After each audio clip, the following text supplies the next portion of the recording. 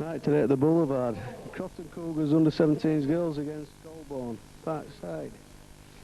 Crofton team is number 2 Claire Stevenson, number 3 Emma Johnson, number 4 Tina Young, number 5 Claire Weatherall, number 6 Gemma Story, who is captain, number 7 Shona Kelly, 8 Rebecca Haley, 9 Emma Skenfield, 10 Samantha Teagle, with subs Fenella Madden, Faye Noel and Sarah Young. The Goulburn team are number 1 Heather Parker, number 2 Jackie Latu, 3 Becky Jones, 5 Sarah Eden, 7 Kath Roper, 10 Nicola Evans, 11 Emma Flanagan, 12 Jennifer Connor, 13 Amy Bradshaw and 15 Claire Slater, 18 Laura Parkinson. Goulburn were led out by captain today, Amy Bradshaw, who's loose forward. The Crofton Cougars were led out by chairman John Pickersgill.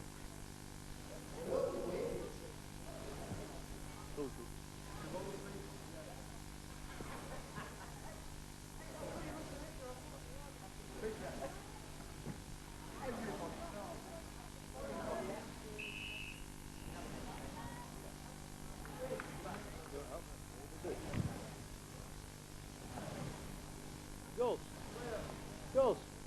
Upstairs. Who's the referee?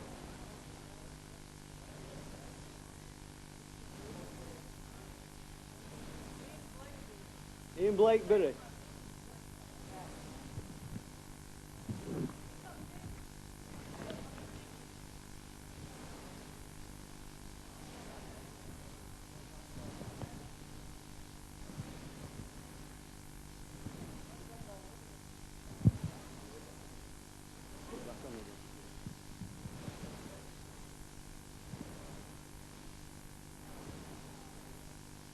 Referee today is Ian Blakeberry. The captains are just tossing up and deciding which way they're going to do as the coaches leave the field.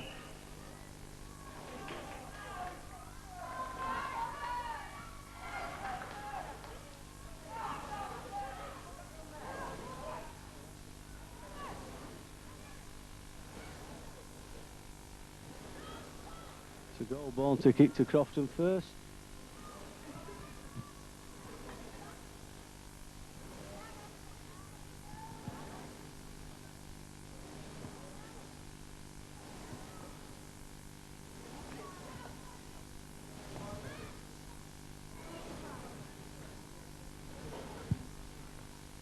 Becky Jones to kick off for Goulburn.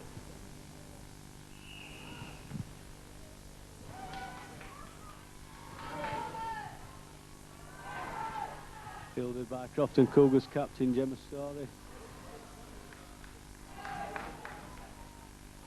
who is well tackled. Claire Weatherall drives in. And a good textbook tackle once again. Emma Johnson, who's one of the stars of the Crofton side. And a good tackle that time by Jennifer Connor. Sammy Teagle. This looks as though Crofton's prepared to calm the game down. Becky Haley takes it in for the 5th and last. It looks like Shona Kelly's elected to go down.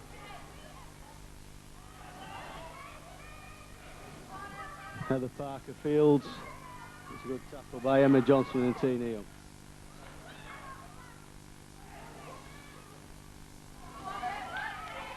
Scoot off there from acting halfback by Becky Jones.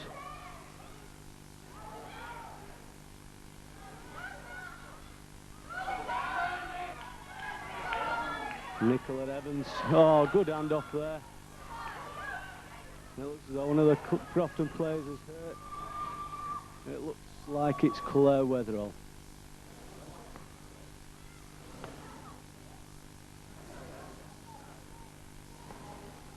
Yeah, quick shake of the head and she's back on with the game.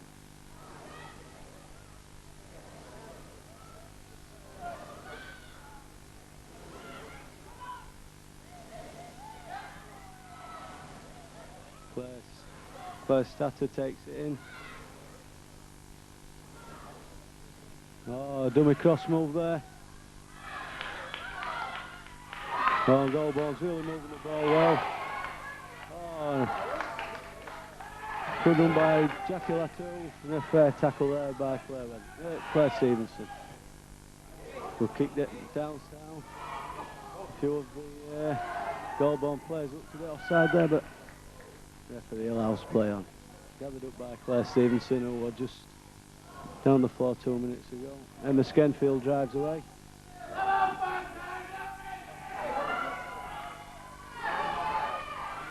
Oh, and a superb run by Emma Johnson. Just failing to beat the second tackler, Tina Young there. Good sensible yardage.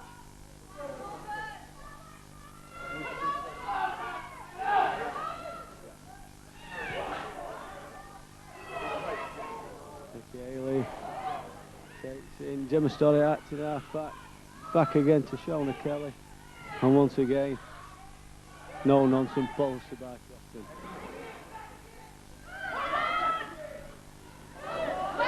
Good chase by Becky Haley.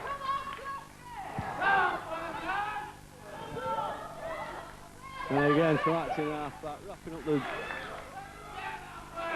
the player.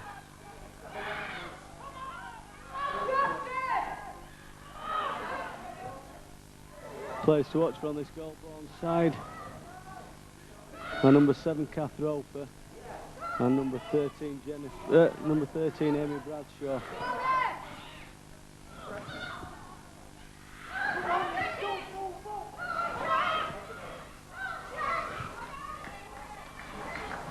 Oh, and a slight knock on there by Nicola Evans of Goulburn, and it's resulting in a Crofton scrum.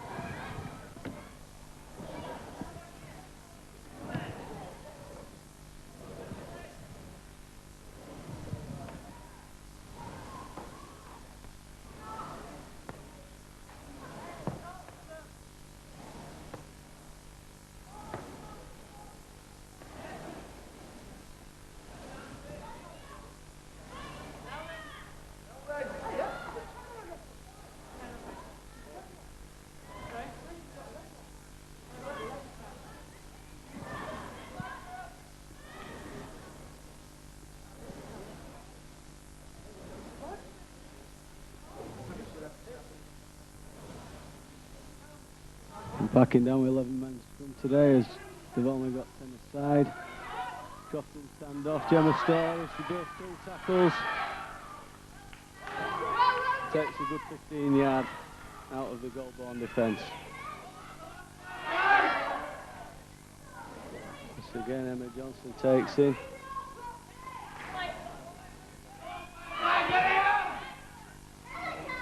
Crofton attacking line seems a bit flat. They seem to be isolating the plays at the time being.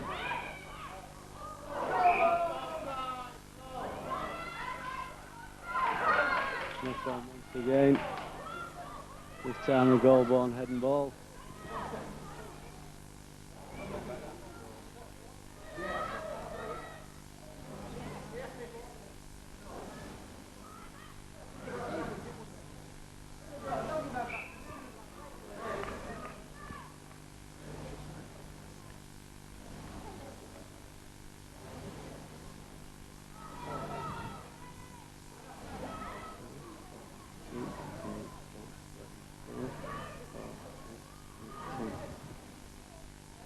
Linesman!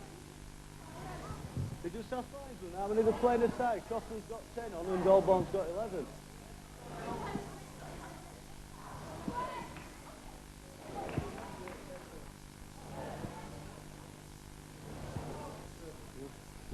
Well, they played the first 5 minutes of the game with Crofton playing only with 10 men and Goulburn playing with 11. A little bit of a mix-up there, I do believe. Becky Jones feeds the scrum, Becky Haley straight out of the scrum, and a good tackle there on Amy Bradshaw. Crofton defence is really laying off. And that was an excellent run there from acting half-back by Becky Jones.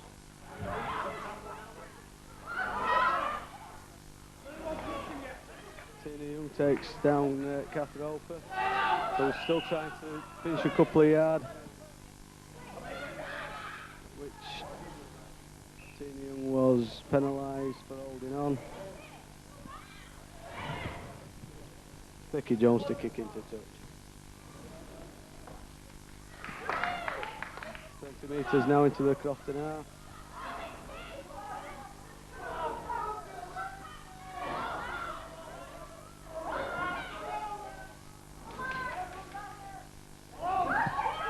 It's a drive by Nicola Evans, met first by Shona Kelly and then Tina Young and Emma Johnson.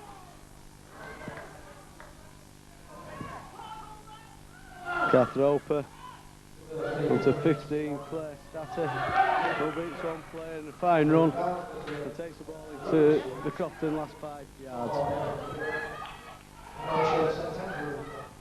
Oh, good hands there by Goulburn. Excellent covering by Becky Haley. Goulburn switched the ball back. Jennifer Connor stopped just short of the line.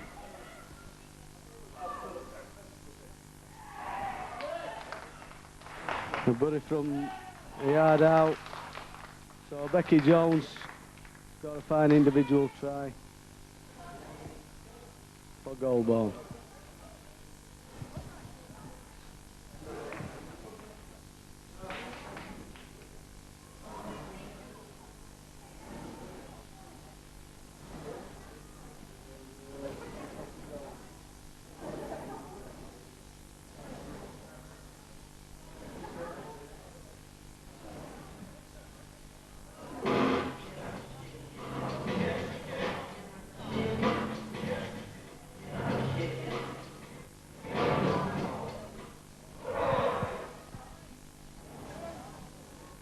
Here's Becky Jones attempting to convert her own try. And it's just wide. Is it upright? Score. Goulburn 4, Crofton 0.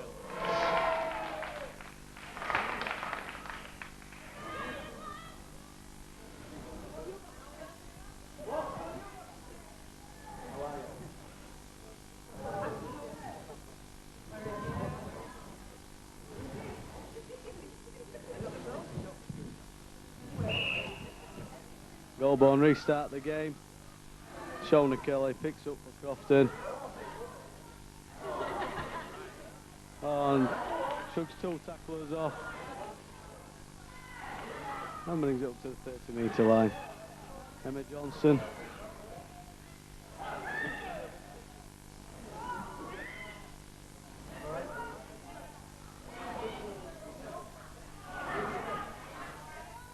Becky Haley taking a straight drive. Emma Skenfield scooting from acting half and picking up to the halfway line. Crofton's captain Gemma Story. Another good tackle, 5th and last now.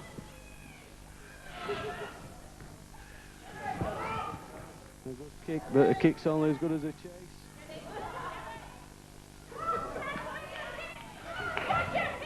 Jackie Latour picks up there and tackled by Shona Kelly.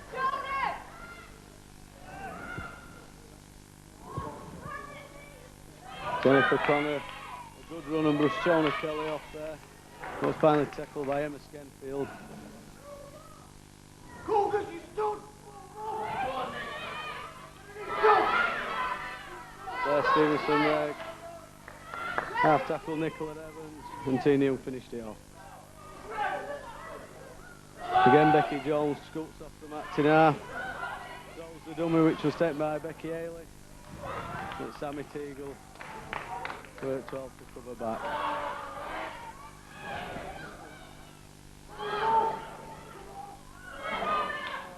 Heather Parker takes the ball in and feeds off to Nicola Evans, who in turn feeds it back to Heather Parker. Number 2, Jennifer Latour is tackled into touch by Shauna Kelly and Tina Young. Scrum down to Crofton on their own 10-yard line.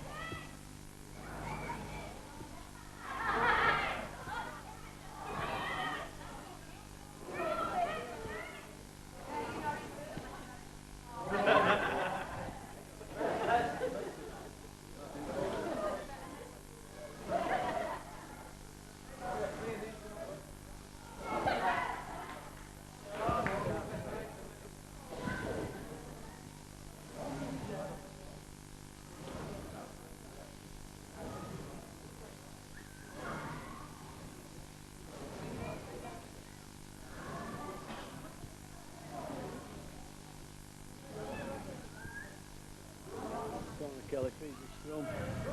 Fine stand-off Gemma Starr.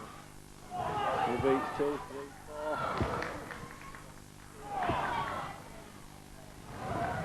It's a good tackle there by the winger.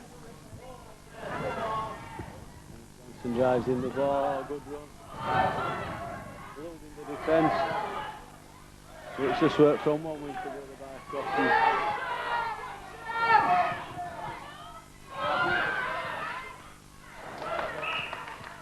Stevenson there took the ball from acting half-back and elected to go down the blind side and was tackled into touch. And it's Goulburn head and ball.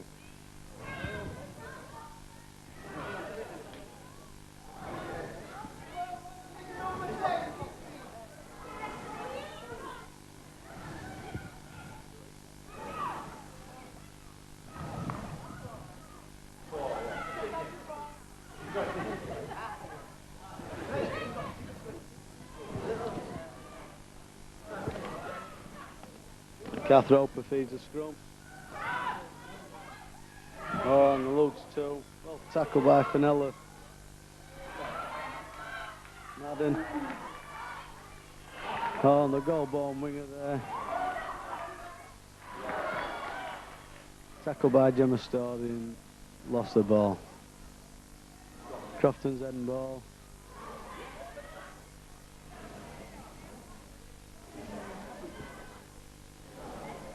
Slight injury to prop Becky Haley on the Crofton side.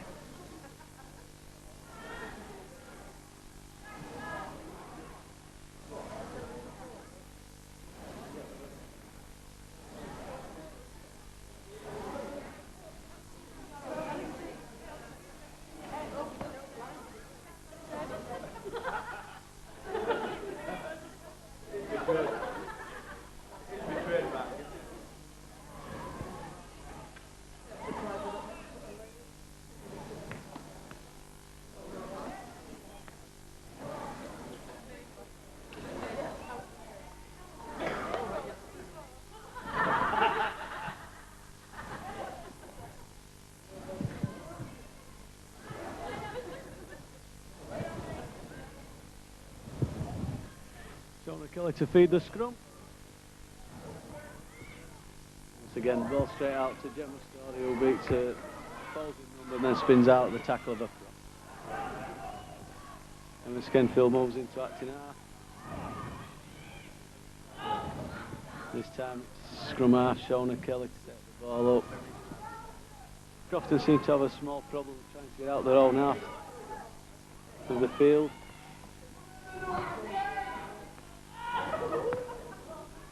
New there, bounced over by Nicola Evans. Emma Johnson takes the ball in. And he's met equally as well by Nicola Evans.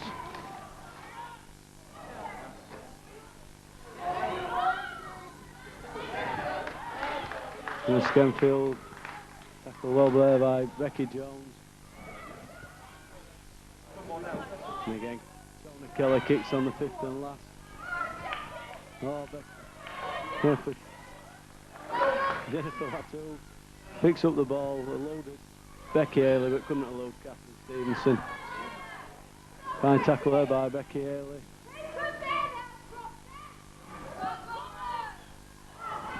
And Emma Flanagan.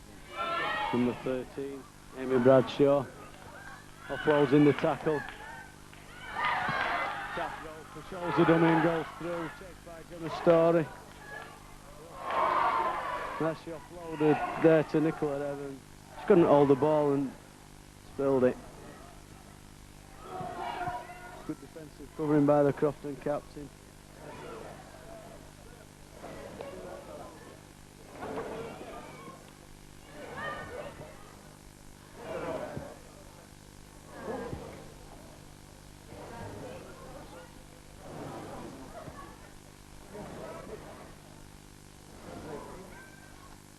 And Crofton substitution. Becky Haley was having treatment for an injured shoulder 2 minutes ago. Has gone off. And out comes Fair Noah.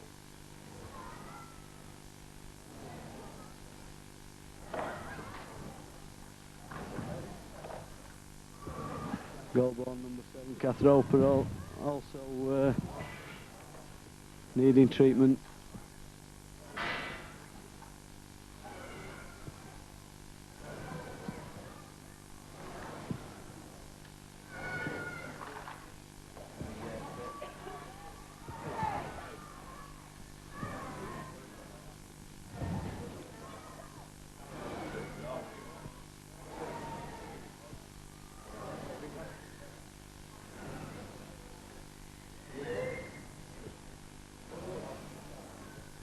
Shona Kelly feeds the scrum, brings Emma Johnson out the back of the scrum.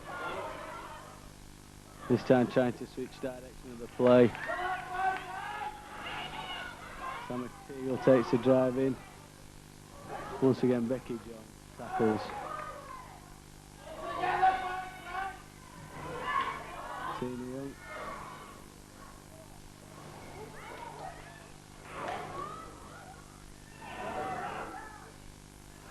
Gemma Story goes forward, shrugs off 2, 3, going down the far wing now, 4 players,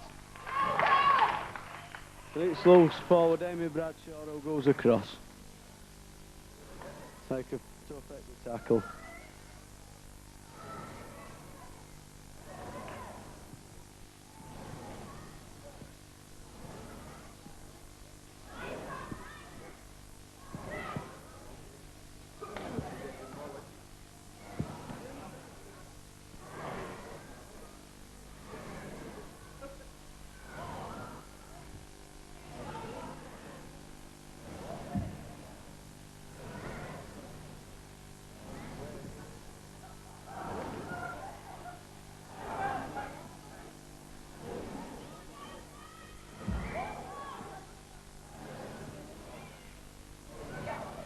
Crofton now starting to move the ball.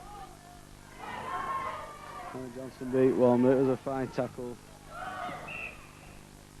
by the number 7, Kath Roper, assisted by Amy Bradshaw. And the referee's seen a small infringement there of a knock-on. It's just come down with goal ball, head and ball.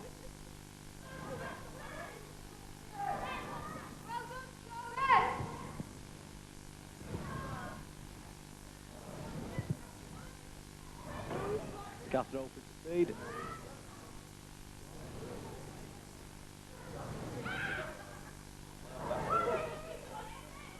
And Amy Bradshaw takes in the ball, well met by Emma Johnson and Sammy Teagle.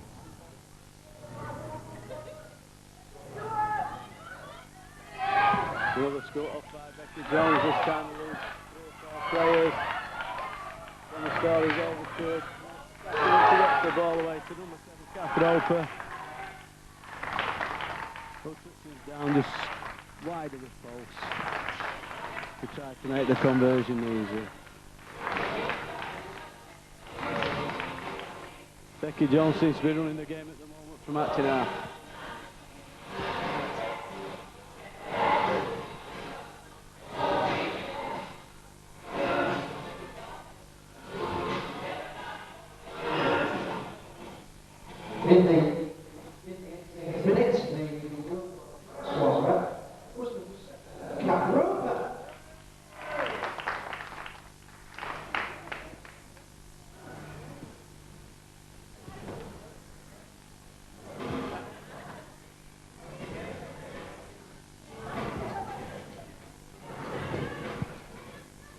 Conversion attempt by Becky Jones.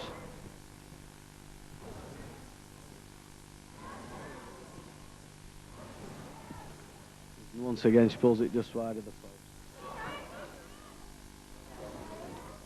Goalborn then kicking off to Crofton.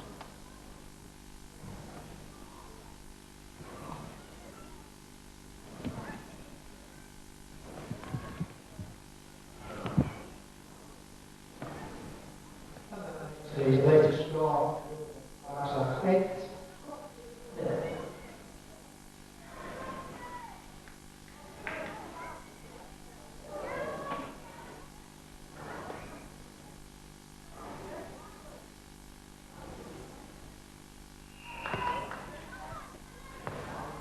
The game's restarted by Nicola Evans of Goalborn. Ball picked up by Emma Johnson, and well met by Amy Bradshaw. Sammy Teagle takes in once again for the Crofton.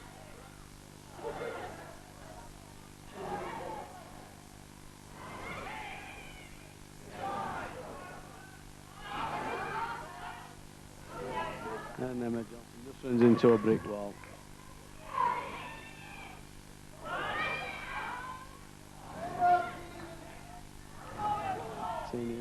This Goalborn defence moving up as one, and really snuffing out the Crofton attack. 5th and last, and Crofton hasn't made any real progress at all, and elects now to kick downtown.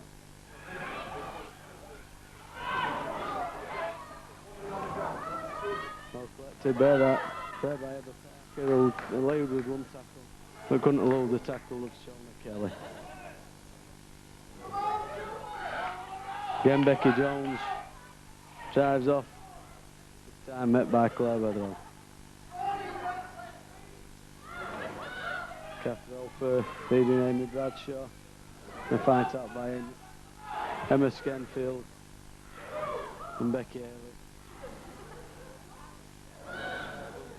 Becky back on the field for Sammy Teagle, who seems to be holding a knot. Number 12 there, Jennifer Connor, scoring in at the corner, despite efforts by Gemma Story to try and get over and stop her.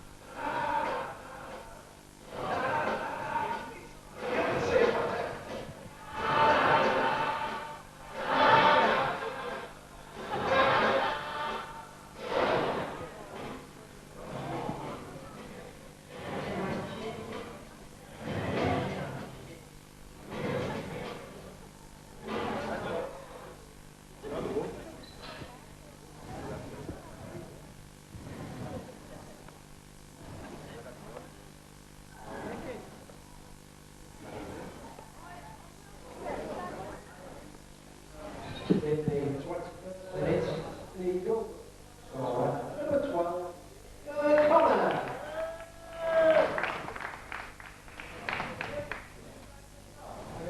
Becky Jones to attempt to kick at goal.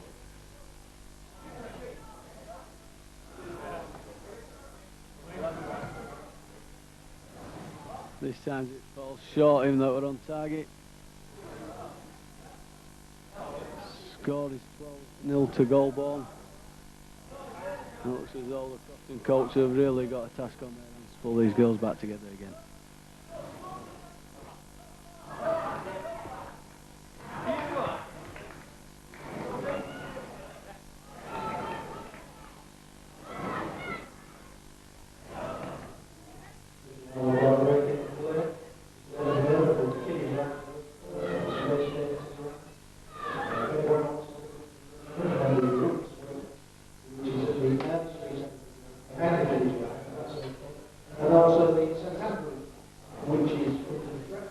He's made another substitution. Sam Keel's back on the field in place of Sarah Young.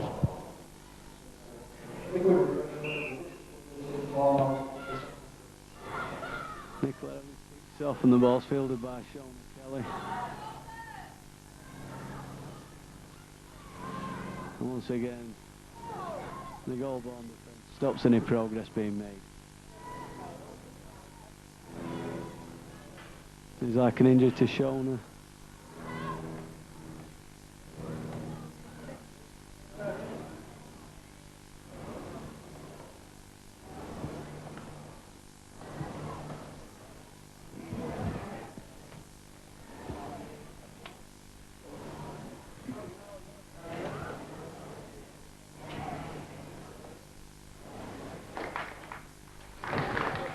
That'll be a big ball for Crofton. Shauna Kelly to go off the field. And back on comes Sarah Young for Crofton.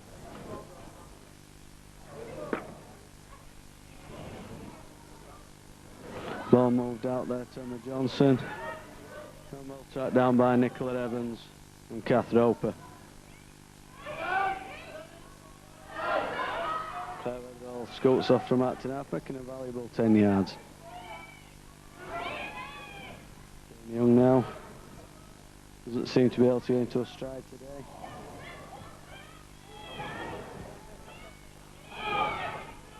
Here comes Becky Haley.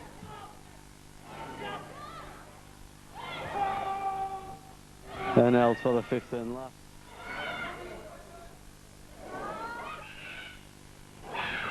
Offside there by number 13, Amy Bradshaw.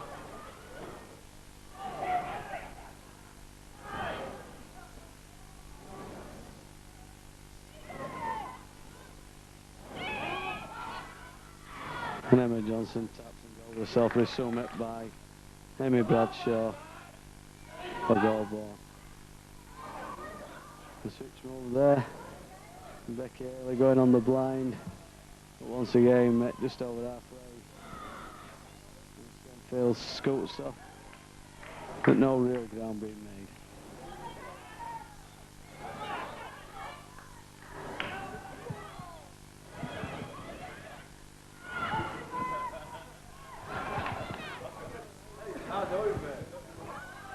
Oh, Emma Johnson, 3 or 4. She's running out of room and she's no back up. Claire Weatherall kicks, well fielded there. Another goal-borne player. Turn needs to equal as well tackled. Nicola Evans there, takes the ball in, gets away a good ball there. Again, that ball away to Jennifer Connor was injured. Lapsing concentration there, nearly caught out. Becky Jones, arced in half.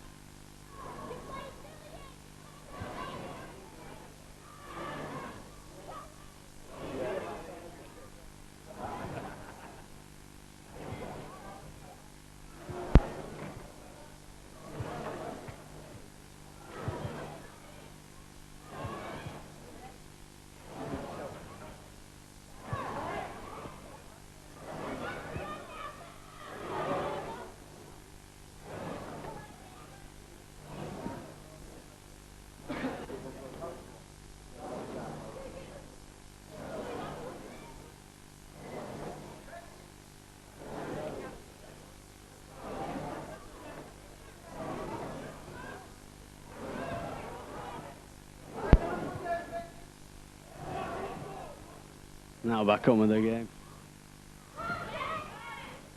for Connor drives off and makes a good 10 to 15 yard. And that's half time.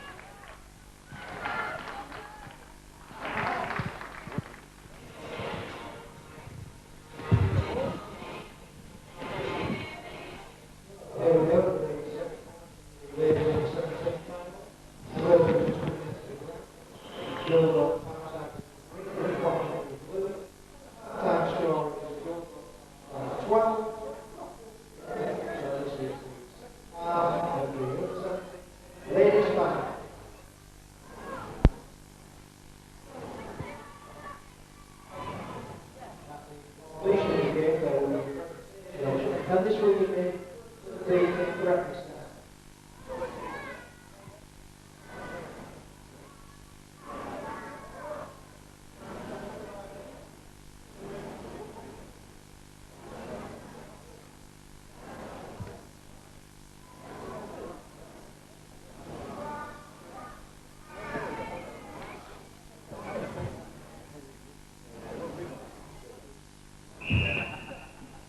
It's Shauna Kelly of Crofton to restart the game this second half, with Crofton trailing 12 points to 0. It's Claire Statter who brings the ball back out to the 20-metre line. Crofton's got Shauna Kelly back on the field after some treatment on an injured hand, and Sarah Young's taking the sideline. Number 10, Nicola Evans will burst through the Crofton defence and a fine run up to the halfway line. He's finally met by Tina Young.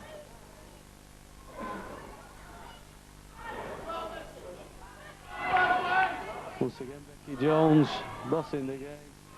At this time, failed to find Capadopoulos with the pass, and it results in a Crofton heading ball on the halfway line.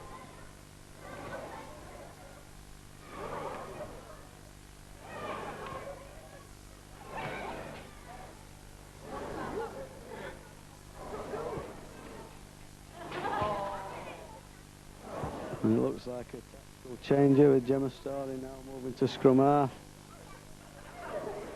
And Shauna Curtis stand off, leaning Claire Weatherall to prop, with Becky Haley moving out into more of the centre role. Gemma Story takes the ball away, as well met there by Nicola Evans. Claire Stevenson, once again an half tackle by Amy Bradshaw.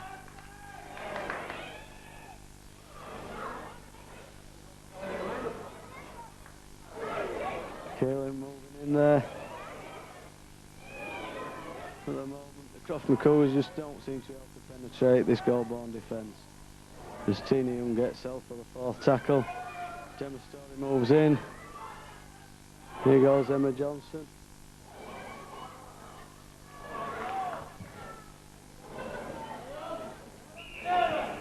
And it's a knock on.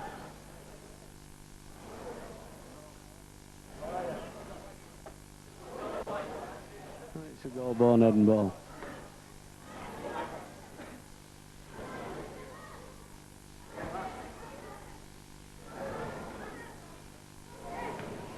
Well, the linesman was saying it was a Goulburn knock on. The referee must have seen an earlier infringement. He's giving the knock on to Goulburn and the scrum.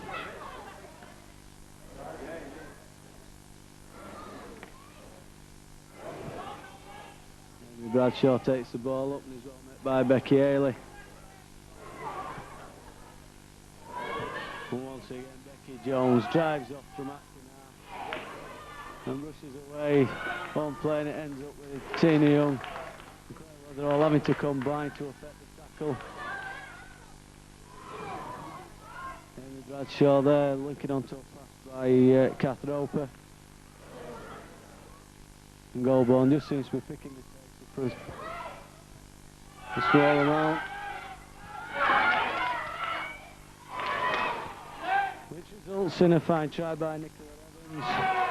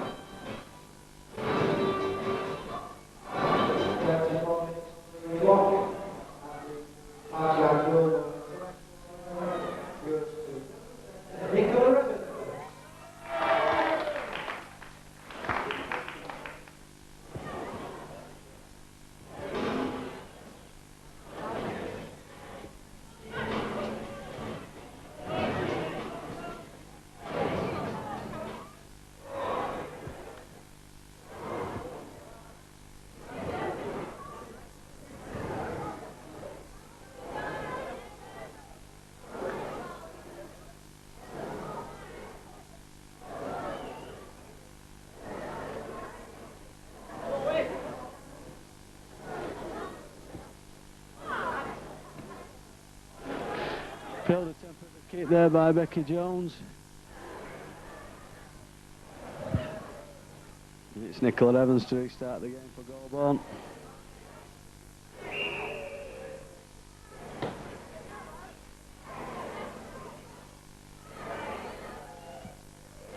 Tinian Fields and brings it back.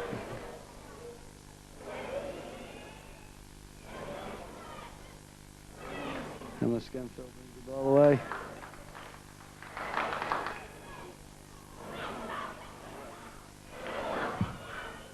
And a good drive there by Becky Haley.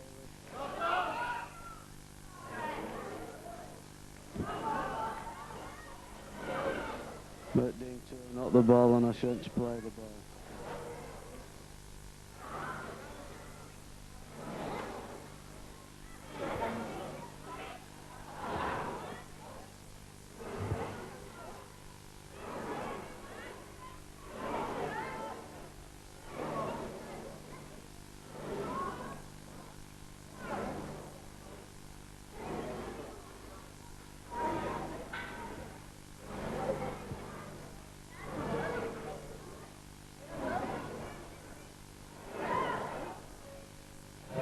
As Kath Roper restarts the game, feeding the scrum. And releasing Amy Bradshaw. And once again we see Becky Jones scooting off from acting half-back. And this time a fine tackle by Becky Haley also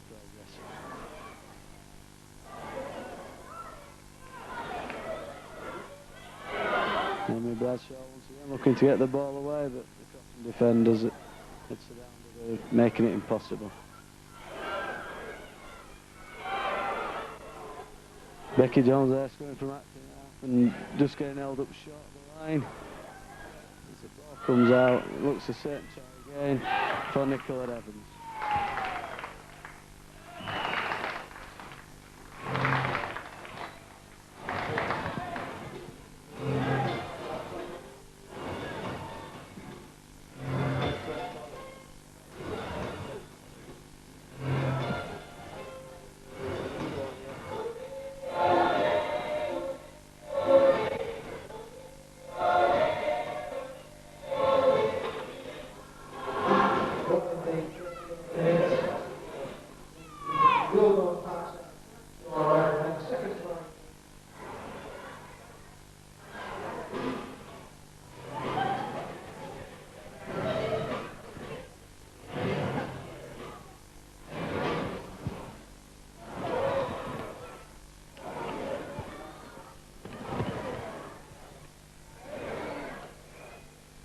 Becky Jones attempts the conversion, and once again drops it just short. We'll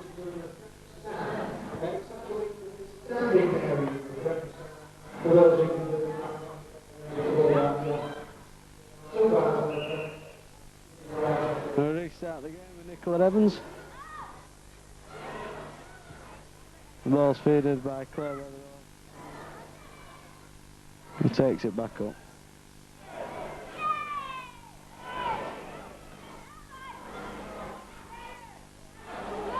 Tinian drives away.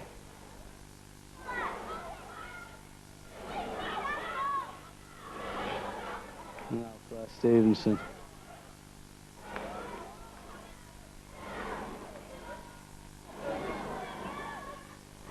Oh, good run there by Emma Skenfield.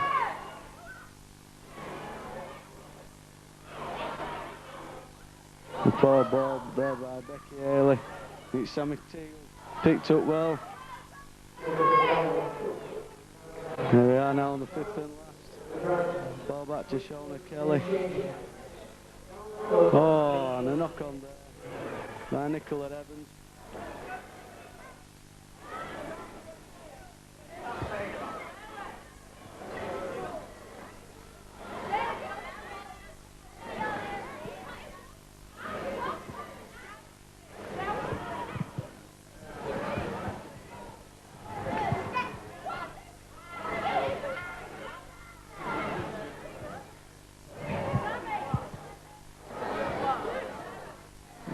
Crofton are now down to 10 players.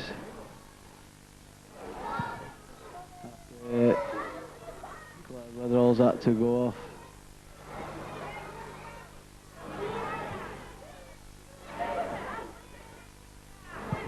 Within 2 minutes of the game, Golborne equal numbers.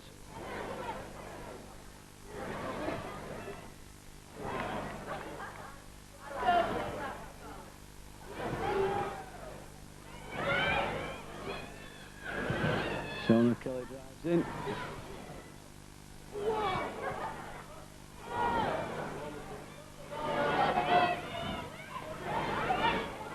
Now Tina Young.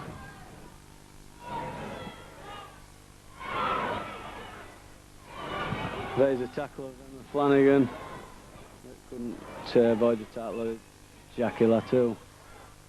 Claire Stevenson now goes in. He's met by 2 Golborne defenders.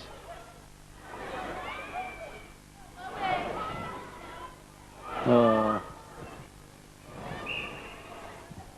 A wayward pass there by Becky Haley, which Emma Johnson failed to gather incorrectly.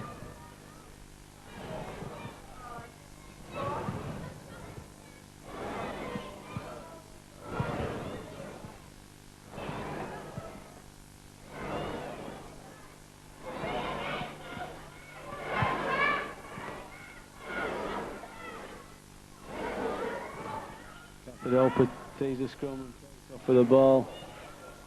Half tackle by Tina Young. Tried the pass to Heather Parker and was met by Shona Kelly. Emma Flanagan brings away the ball. And a nice run round there. Once again it's Becky Jones who carves the Crofton defence.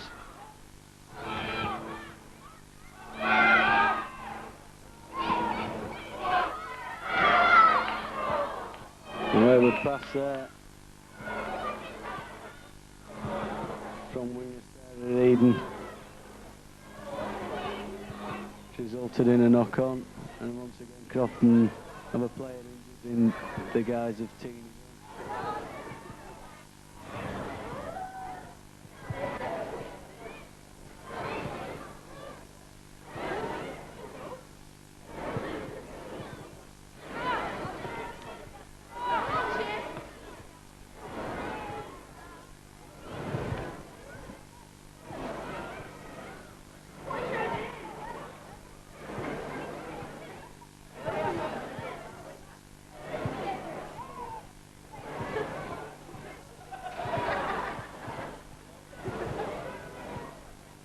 And now both sides back to full strength with Gemma Story taking the field. And Claire Statter also returning to the affray. Sorry, not Claire Statter, it's Laura Parkinson. Emma Johnson feeds the scrum. And Crofton this time to kick early on in the tackle count. It takes the Golborne girls by surprise. But Jackie Latu picks it up. And it's Heather Parker who brings the ball away.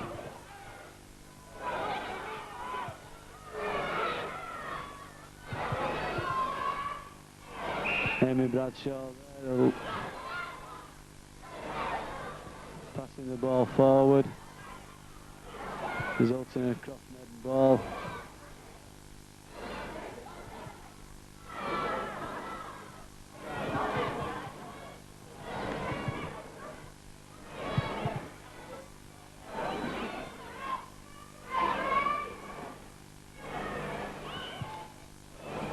And once again, Crofton kick early on in the tackle count. In the attempt to try and put pressure on the Golborne defence, which has been missing all afternoon. Heather Parker collected and was well tackled there by Emma Johnson.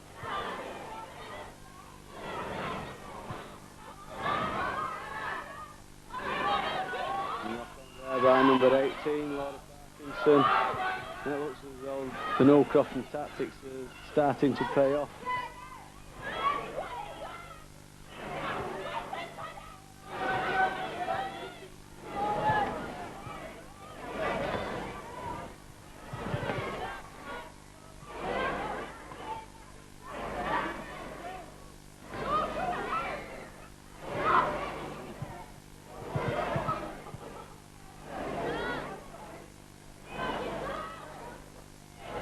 Johnson feeds the scrum. It was Shona Kelly around the back of the scrum. And he's met cleanly by Becky Jones. Drop off over there to Becky Haley by Emma Skenfield.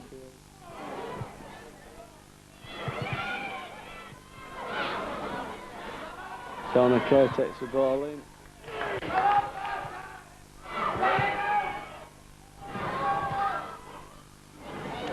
Bingo, Becky Haley, well tackled once again by the Goulburn defence.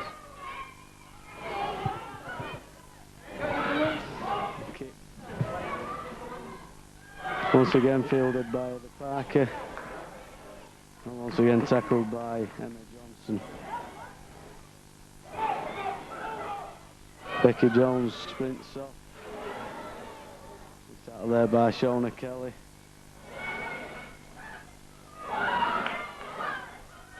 Nicola Evans a fine run there, going wide, well met by Tina Young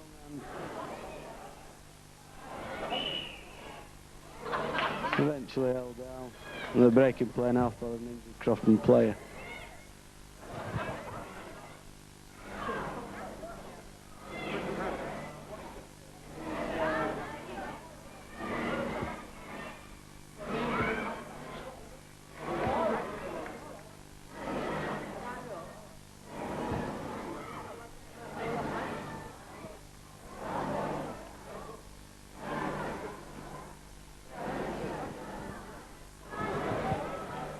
Players back on the feet now. It's Claire Statter driving the ball in. So Crofton defence.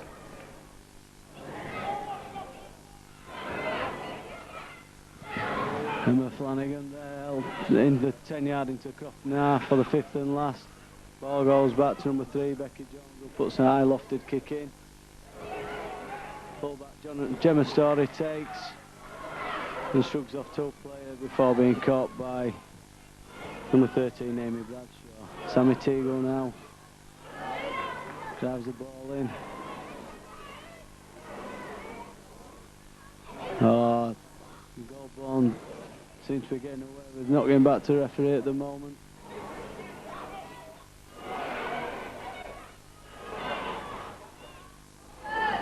Tinium takes the ball in.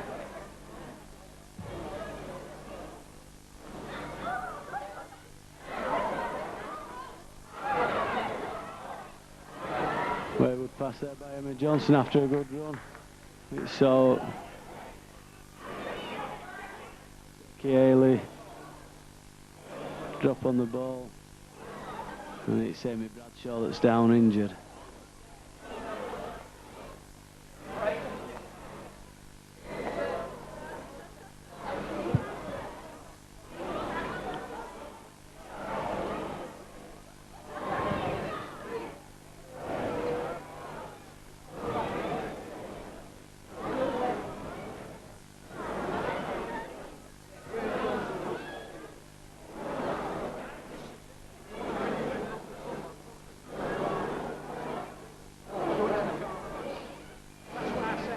Shona Kelly once again, the kick downfield, trying to put pressure on this fullback, and once again she tackles and it's Emma Johnson who half grabs her.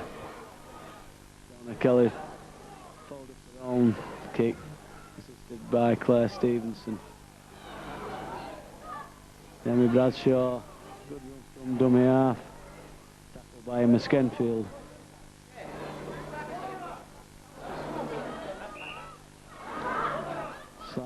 There, deemed by the referee.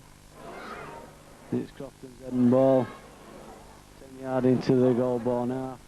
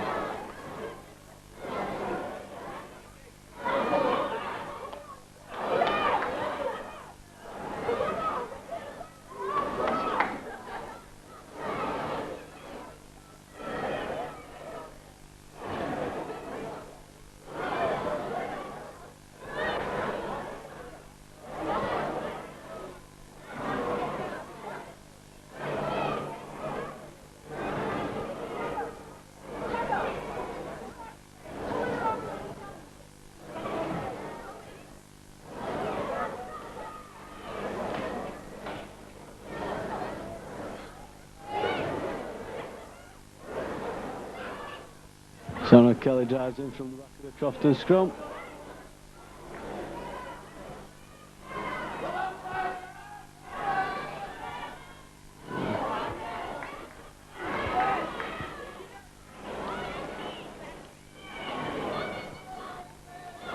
Jimmy Johnson runs in with the ball. Finally gets tackled by number 13, Amy Bradshaw. Tina Young now forward. Met by number 10, Nicola Evans. Was bounced off.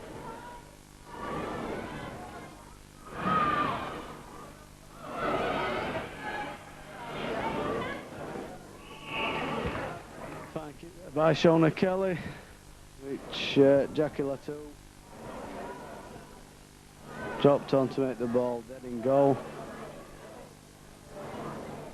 Needs a drop.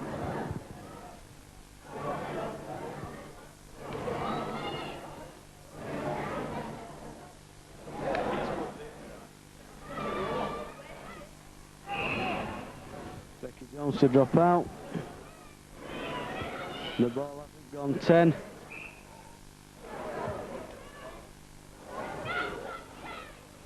And the referee's deemed it's a scrum down on the 10 yard instead of the penalty.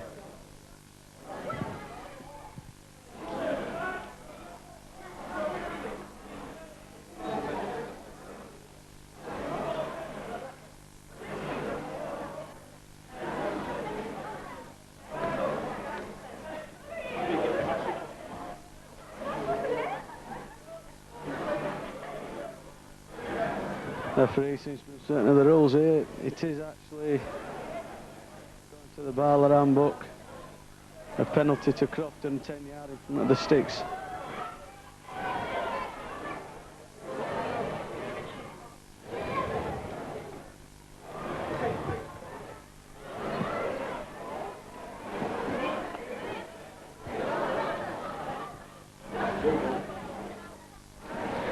Instead it's a Crofton scrum.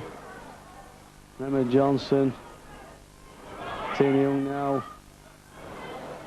Again, Nicola Evans working overtime in the Goulburn defence.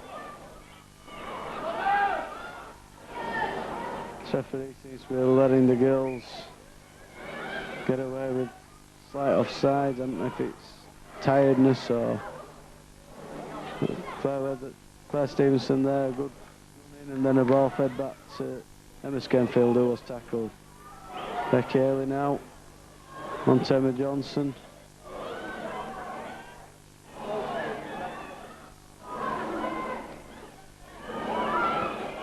Gemma Story now. There again, well met by the Goulburn defence. Got Goulburn players there pushing out the play of the ball. And Shauna Kelly dances in for a consolation try.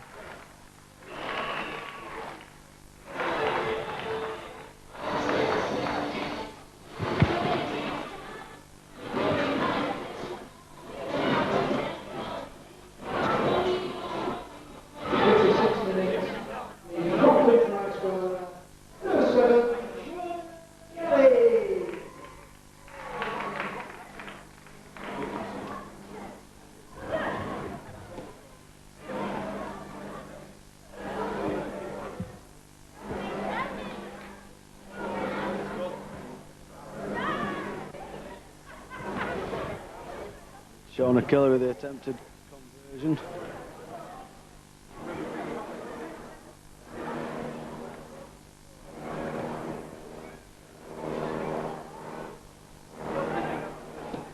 In which she makes no mistake.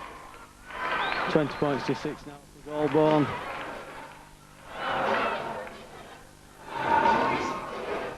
That was a successful goal.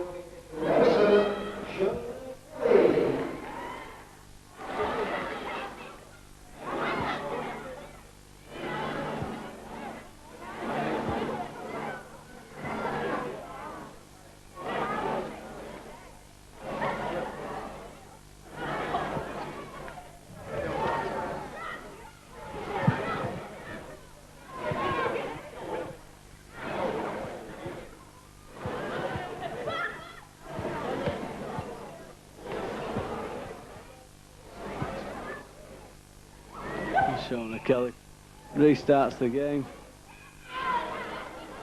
Short kick. Looks like he got it by Emma Johnson.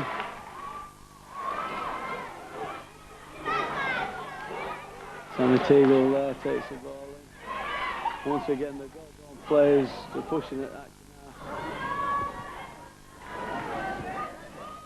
now. Shona Kelly once again tackled by the Goldborn defence. And Johnson there tackled well by Sarah in there. It's fine bowling. Electing to run. It's Sammy Teagle that gets pulled down on the fifth and last. Game restart. And it's Sarah Eden that brings the ball away. A good 20 metres. Turn for corner now. Driving the ball in.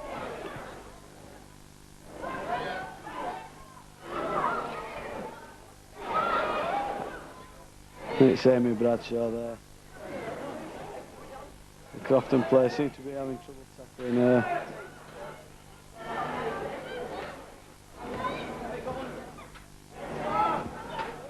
Good tackle there by Becky Haley on Claire Statter.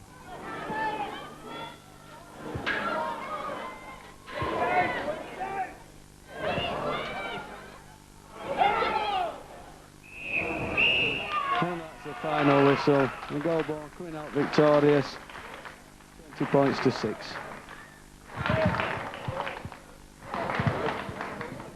Right, 26.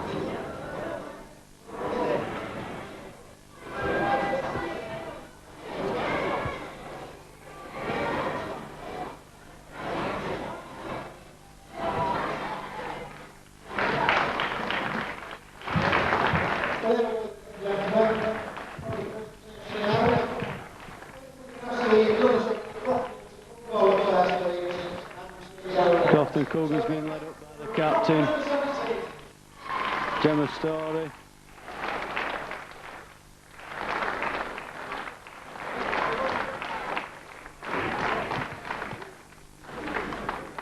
That was presented by Nicky Layton of Barla and Carol Land of the Girls League. Kathleen Stevenson unfortunately couldn't play today due to an appendicitis that ruptured. And not being in a kit.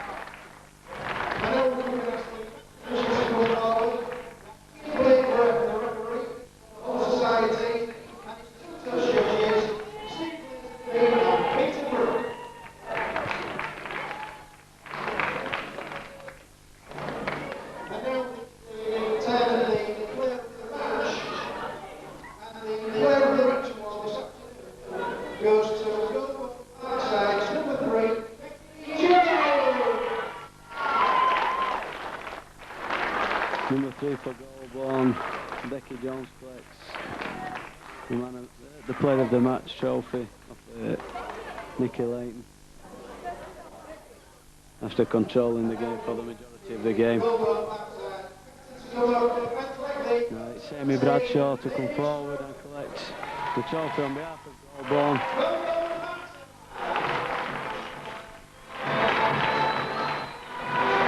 What we hope was a good advert for Girls Rugby League.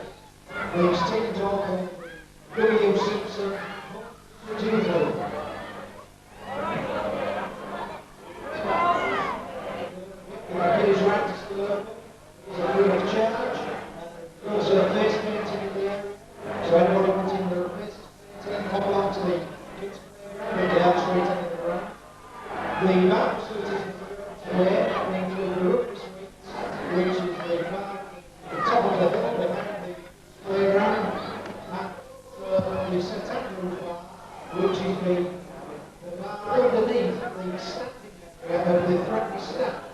Access to this is by over the Threatened staff.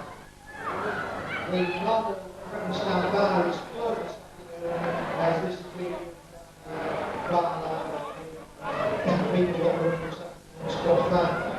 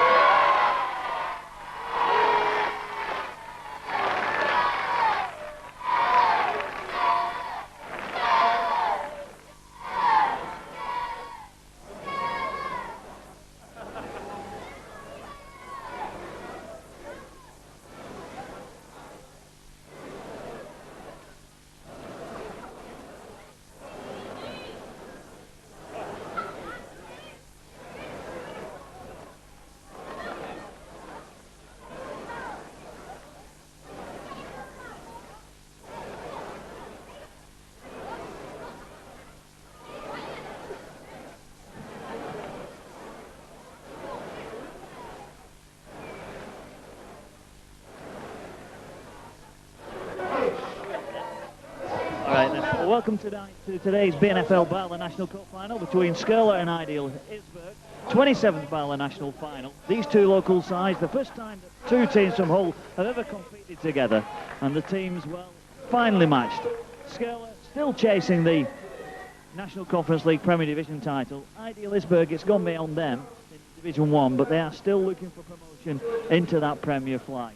Well, these two sides, certainly very good teams indeed. We'll give you them as they go along. skirlaugh, it's Sam Wilberforce at full-back. Andrew Peacock and Paul Roser on the wings. Carl Wiles and Rob Moulds are in the centre. It's Lee Newton and Colin Brown at half-back. Then Steve Morrod, Andy Tate, Andy Gott, Phil Crane, Scott Fletcher, Dave Cooper are in the pack. And on the bench, they've got Chris Batty, Simon Kilby, Richard Atkinson and Dean Ralph. And the Ideal Isberg side is Phil Batty at full-back. It's Mike McGowan and Scott Reynolds on the wings. Andy Parker and Andrew Charlesworth in the centres. Andy Dearlove and Terry Smirk at half-back. Then it's James Arameo, Tony Wardell, Paul Wardell in the front row, Dougie Cox, Simon Jackson, Dave Ward in the back three. And on the bench, Rob Shaw, Richard Russell, Dan Frankish and Paul Russell. And the game, well, the toss, I think, has been won by skirlaugh. They've elected for ends, and it's going to be the kick-off here at the Boulevard.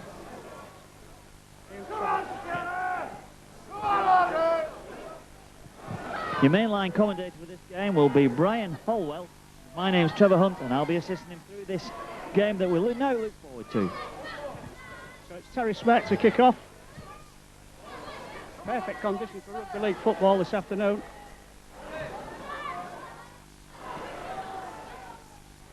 Picked up by Scott Fletcher. Tackled by Wardell. And driven back.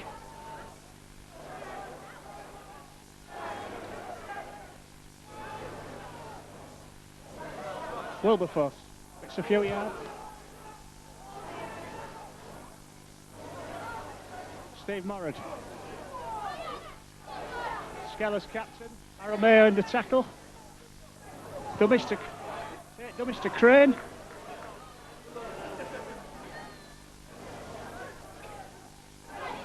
Colin Brown inside the 40. Should be Batty's ball.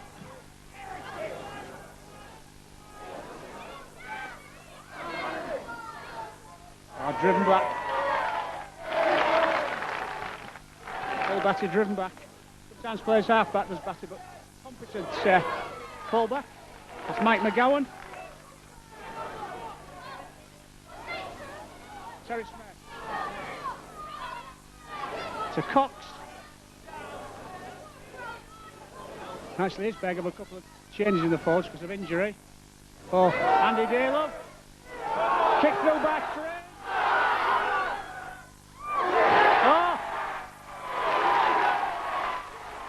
Was a real worst possible start there for Isberg. Scott Reynolds missed that ball. Well, initially Dearlove did, then Scott Reynolds should have made it dead, didn't.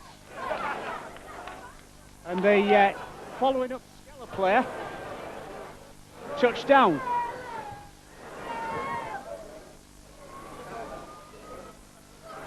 Just chips it. Casual kick and it's over. So leads skirlaugh leading by 6 points to 0.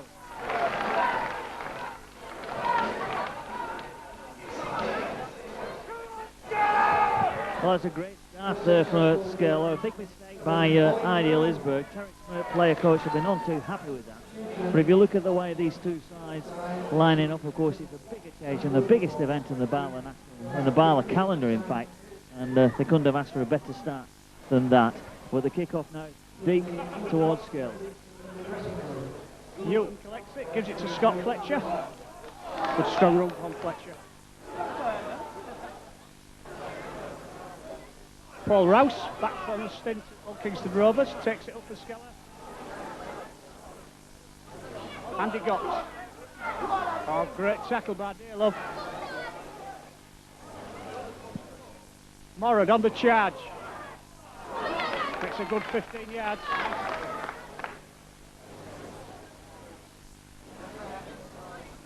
Oh, Scott Fletcher misses. Long ball from Brown. Should have taken it. So let off for Ideal Isberg. And scrum down just inside the skirlaugh half.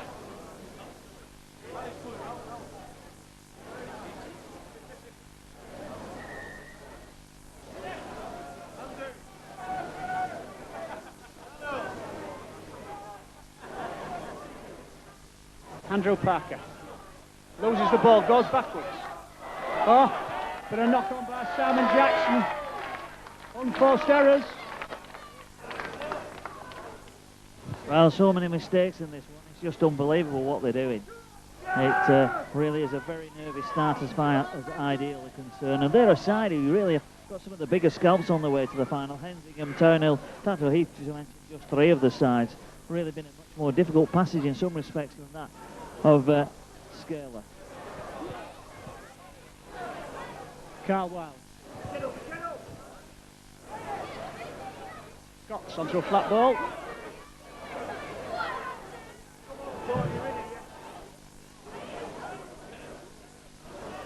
Crane.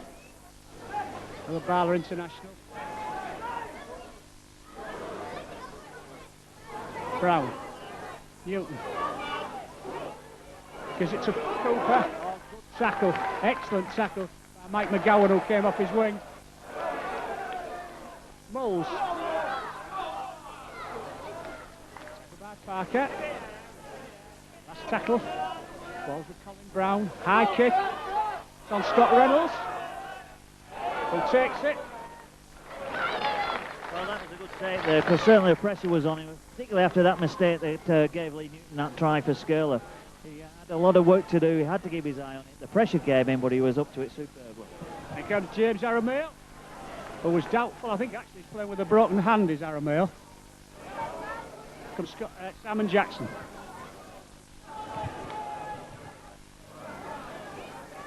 Dave Ward. Inspirational play for his bag.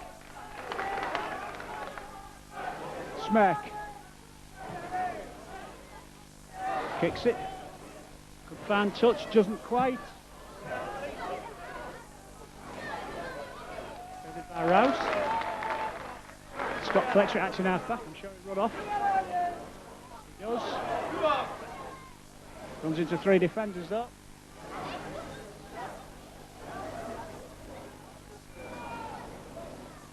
Tate. Good tackling by his bag. Here goes Morad again. Straightens up. Again, good tackling in the middle. Brown. High kick. Again on Scott Reynolds. Oh, bounces back, but bounces into touch. Really, his bag needed to stall while they keep the ball in their hands.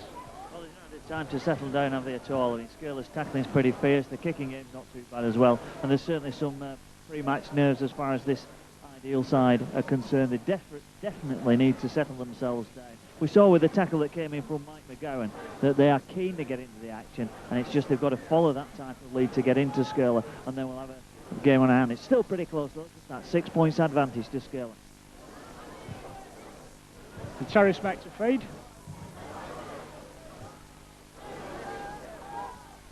To Daleb. Oh, tackle by Moles. The number 15 on Simon Kilby. Arameo pushes one defender off, pushes another. Strong that Arameo.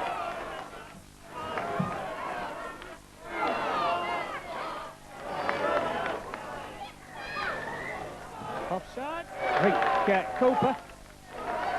Terry Smack, quick tap. Oh. Dave Ward. Good yards by Ward. Ward else back. Long ball to Daleb. Oh, interception! Oh, you can see that from a bit. Colin Brown. Nobody's going to catch him. Colin Brown. Easy interception. Went from his own 40. In between the posts. It was an obvious pass, Trevor, and Colin Brown ran it very well. You're dead right, of course. Everybody could see that, but too flat a line. Andy Dale of not really looking. The cardinal sin of turning with your back, of passing with your back to the man as he spun round. Not spotted Brown coming on his left-hand side and took that pass. A gift of a try, 60 metres. Colin Brown, the National Conference League Player of the Year last season. Well, you don't need to ask him twice to take things like that. Colin Brown with an easy conversion attempt. right in front.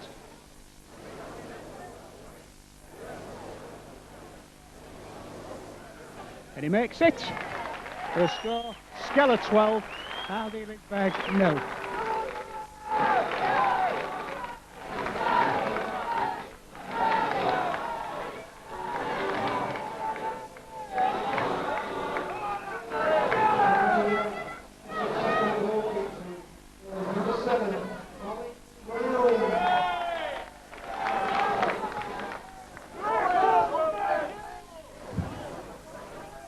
Terry Smack restarting. Need a big effort from Terry to rally the troops. Newton to Rouse.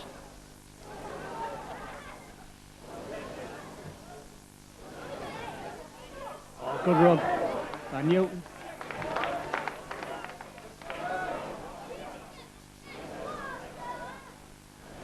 Scott Fletcher. Comes off his foot, but well read by the Ideal defence. That ball to Gotts.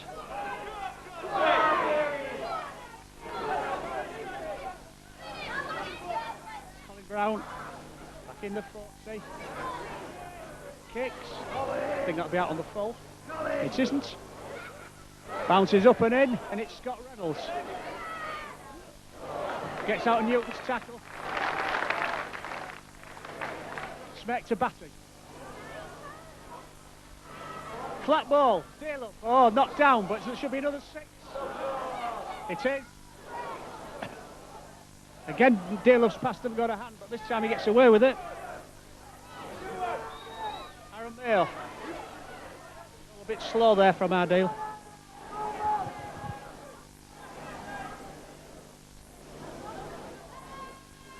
Ward on the drop-off. Ward, Dave, Ward! Ward! Lovely ball! To Cox. Tackle about 5 metres short. Lovely drop off. Ward. Blindside to Smack. Parker. Oh, should be another 6 for Ardale.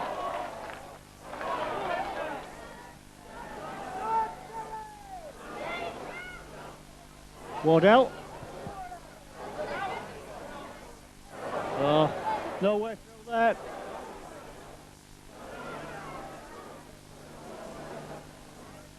Smack, long ball, Arameo picks it up well. Oh, impossible pass really that for Dale. Too hard, too low down. And Skirlaugh pick it up. Well, there's a long way to go in this game. They've just got to settle themselves down if ideal. The 2 chances there where they went to try and drive it over from close range, but really that wasn't the option that should have been taken. When Terry Smack did get it out, a no-hope ball out from Arameo. Not much chance at all for that pass to be taken, but the chance is lost. Good run by Scott Fletcher. Long ball Brown to Moles. The tackle just inside the Ardale half.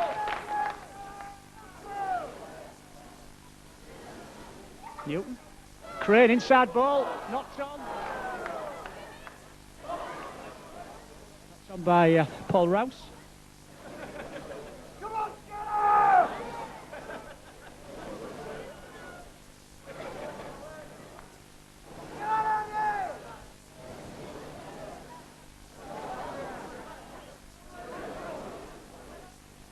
I think we took a bit of time here, but it looks like Sam Wilberforce is the man who's actually gone off, and they switched the players around with Carl Wilds at fullback, and of course that's a position he's played quite a few times. So good drop off.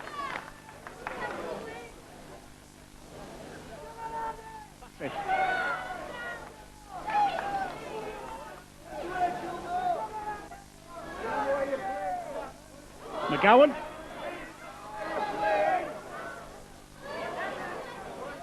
A few yards.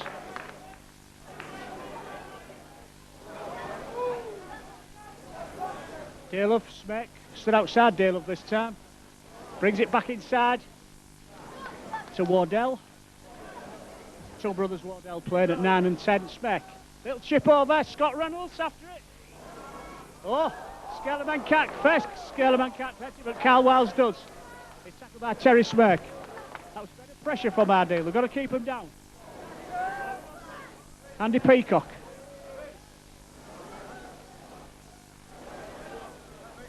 Onto the flat ball again. Bumps out the tackle.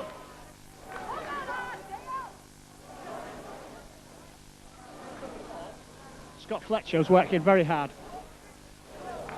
Tackle to Crane. Ball to Crane. Colin Brown. Not made so many yards actually this time, Skeller. Beautiful kick from Colin Brown. Oh, beautiful kick. Oh, it must have been all of 50 yards. What a great kick from Colin Brown. A terrific kick that, of course, a 40-20 as well, and that should give up possession and a chance to build on this 12-point lead. Oh, as we look at it, it doesn't look like they've got that, but it certainly struck me that it might have been inside it. Well, they certainly do play a 40-20 rule in Bally, so it certainly looked it to me. But although I might, in the National Conference League, certainly do play that. This is a problem we sometimes have with rules that maybe Bally do or don't play. Thinking about it, I'm not sure that I do. I think it certainly was a 40-20, but not awarded as such. So it's Ideal is back, head and ball.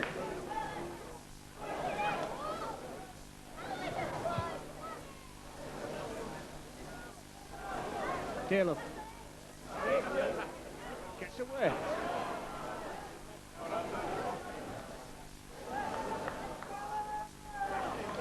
Terry Smart runs off. Oh, look. Offside. Well, he's certainly caught a trip as well. Well, he's caught him offside, and that's what he's given them for. And that's a chance for Ideal to take play upfield. But Terry's like shaking his leg a little bit there. That's the last thing that Ideal Isberg would want at this stage. But he's going to try to touch on the far side.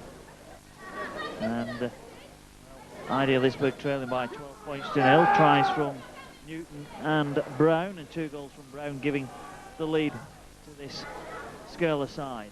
Skirlaugh, of course, the cup holders, a record 4th National Cup final appearance. Drive coming in from Simon Jackson. Of course, this is the next drive in from this Ideal side. A nice little turn of the ball to Arameo. He puts the ball in, and you can certainly see that Ideal Isberg are looking to try and pull something back on this one. Desperately need a score.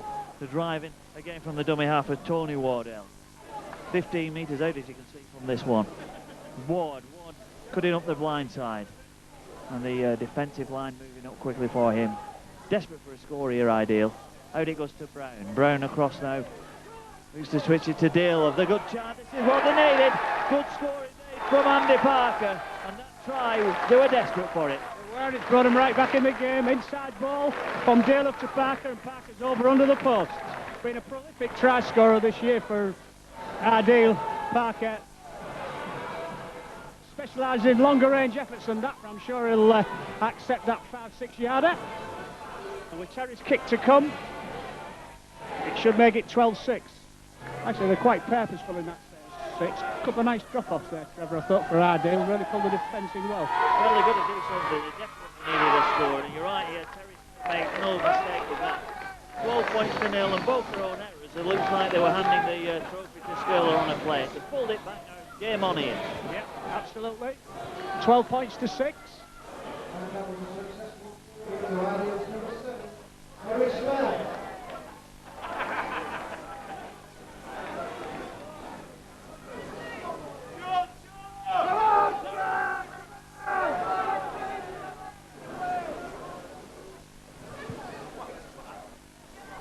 So Colin Brown to restart.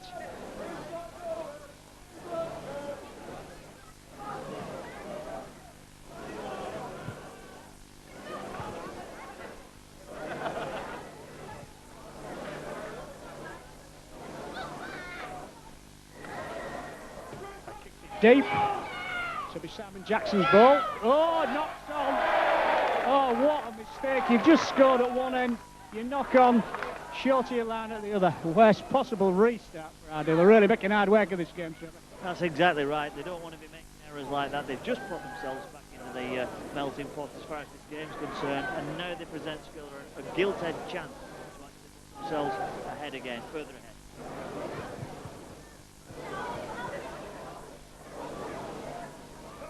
So it'll be Brown to feed. Nobody too keen to give him the ball to do so.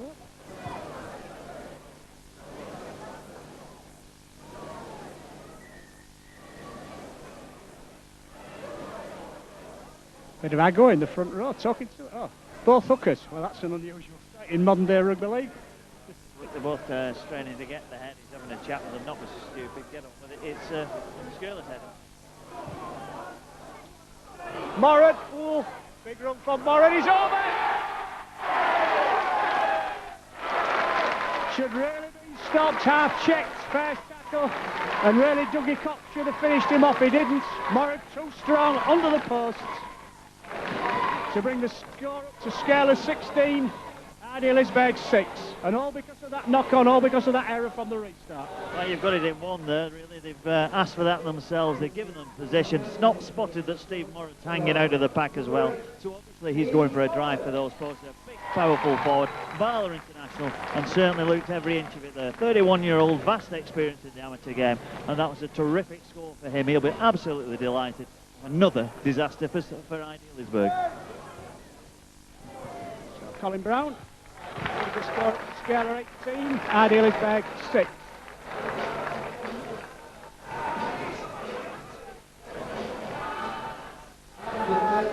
Well, Ardale were elated 2 minutes ago, but now deflated yet again.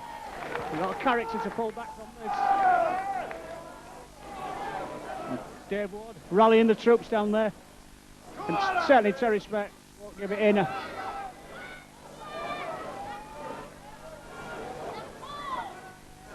Terry Speck, high kick, hanging, should be Scott Fletcher, he collects it safely. Tackled by Ward and Cox.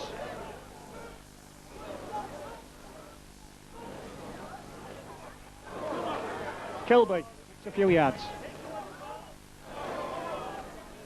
Morad, the try scorer, over the 40.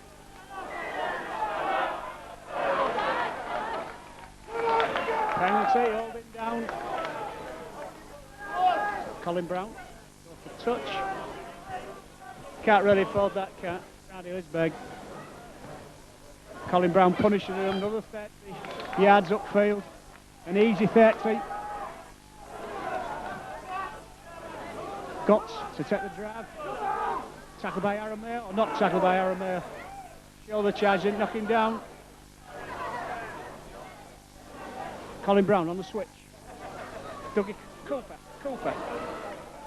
Tackled by Andrew Parker. Tate to Brown, to Morad.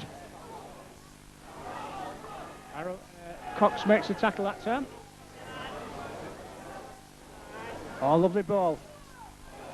To Wiles, the blind. I think Skirlaugh will spread it to the right this time. Colin Brown. Dummies a drop off. Long ball. Oh, beautiful ball to Moles. Dummies. Over. Oh, well worked try. Dummies a drop off. Long ball. Charlesworth came in on Moles. Misread the situation. Little dummy from Moles. And he's over 10 yards in from touch. Good try that by Skirlaugh. Well, that's the first try they really had to work for, and it did show the skills. The long pass out from Colin Brown really gave a little bit of room for Rob Moores to work with, and of course that outrageous dummy from round about 15 metres out. There was no way it was going to be stopped when he was going in for that one. And this is looking pretty ominous as far as Ideal Lisberg is concerned, because at 22 points to 6, and we've been playing something around 24, 25 minutes, then you've got to say there's a big score on the cards here, unless Ideal Lisberg managed to get their act together. Player, isn't he, Colin Brown? I mean, he could do a ball in the hands, and almost pretty complete player, really. What is he, 25, 26 years old? Sorry. Yeah. Colin Brown. He kicks it. Simon Jackson gone off for Ideal Lisberg. Just looking at the substitute. A good kick-off, but well taken by Moles. Number 16's come on, Don Frankish for Ideal. Fletcher gets rid of it to Newton. To Gotts. Out again to Wiles. Bringing it back up the middle. Whoa, high tackle. Referee said it was on his shoulder. I wouldn't like that to be on my shoulder. That's a bit of a high one, but no damage done, thankfully. And a good drive, of course, from this Skirlaugh side. They're eager for running, and no wonder 24 points to 6 for the good. There goes Newton. A good tackle by Dearlove. Arameo down injured on the centre circle. Tate kicks high. should be batting ball. Takes it well. Oh! Just taken straight out of his hands. Referee says penalty. Jummy says 2 men in the tackle. Well, I thought that was a one-on-one. I thought it was a... Well, no. One-on-one it looked to me as he took that ball, but certainly a let-off as far as the Ideal side are concerned. At the moment, I'm pretty sure they'll be looking and wishing they could get in that dressing room and reassess the situation, but it certainly looked like that should have been a good try to skirlaugh. Speaking to referee, going to talk to Scott Fletcher and Mick McGowan. Captain scored across as well. Can't say I saw much myself.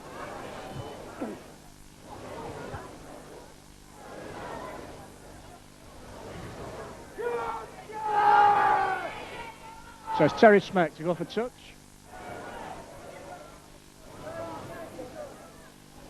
Good kick by Terry. Difficult one to assess that. I'd love to have had a big screen here, then we could have looked at what that was exactly about, because again the kick didn't seem to be offside. He's certainly not given offside, and it certainly looked one-on-one. I think the best we can suggest on that is he's awarded it for 2-on-1. Yeah, no, well that's it. He did signal obstruction, but I didn't see the obstruction there. Don Frankish. First drive since he's come on. Tony Wardell. Quick play of the ball. Smack. Dearlove. Ward on the deep. Ward coming again. Dave Ward gets it out well to Cox. Dummies. Still going. A good deep ball to Dave Ward then. Well, that was the last something like we're looking from this Ideal side. Dearlove. Oh.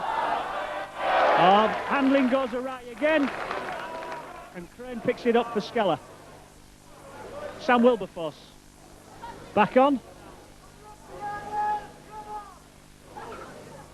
Cooper.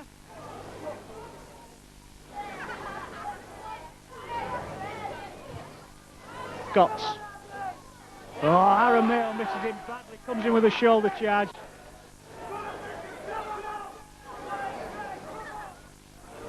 Tate to Scott Fletcher.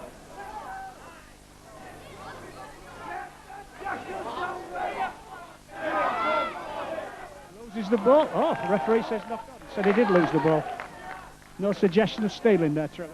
Well, it looked like 3-on-1, but we're not in a good position to say. He's certainly not. He certainly decided that it's no penalty against Ideal Elizabeth. But the way James Aramayo went in with that shoulder charge a few seconds ago, absolutely ridiculous. They want somebody to be knocked down here with a good crunching tackle. I'm afraid at the moment Ideal Elizabeth finals got the better of one or two of the players. They've got to pull themselves together and give something like Dave Ward to build on. Charlesworth. Good ball from the scrum. Adam Charlesworth, that's a good 20 yards. Exeter University player. Dearlove. Running across. No support. Dave Ward. Ward will go. He drops off McGowan. Runs round Morad. McGowan trying to straighten up. Tackled on the Skeller 40. Oh, good run from Paul Wardell. Out to McGowan again. McGowan just can't run in a straight line. Terry Smack. Dummy drop off. Oh, beautiful short ball to Parker. Oh, great last-ditch tackle. Oh, must be a penalty, I would have thought. Yes, professional foul. Yeah, I think it's Newton. We'll set up. No, referee says come back. Yeah, it's Wiles. No, it's Sam Wilberforce. Sam Wilberforce. For a professional foul. Yeah, he held on to his foot. Won't let him play the ball. Made a good last-ditch tackle. So can Ideal make this fair? And put some points on the board before half-time. So got the ball, what? 5 metres from the Skeller line. Smack. Drops off Frankish. More or less back in the same place. Wardell goes low. Gets it down. Yeah, good try from Tony Wardell. Kept low, got underneath the defenders and strong enough to hold them off and score a very, very important try for Ideal Isbeg. Brings the score to 24-10 with the conversion to come. Well, that was a try they were desperately needed, but Sam Wilberforce must have been off the field for a blood bin when we had Kilby on a little bit earlier. He's come back into the action, made a superb tackle on Andy Parker when Parker looked set to score. But really have to say. He's now given skirlaugh, well, a bit of a problem for the next 8 to 9 minutes because he's off the field. They're down to 12 men, and Idealisburg would hope that they can make the most of this one-man advantage. And he does. So the score, skirlaugh 24, Idealisburg 12. Sun's out now, I think it's quite hot down there.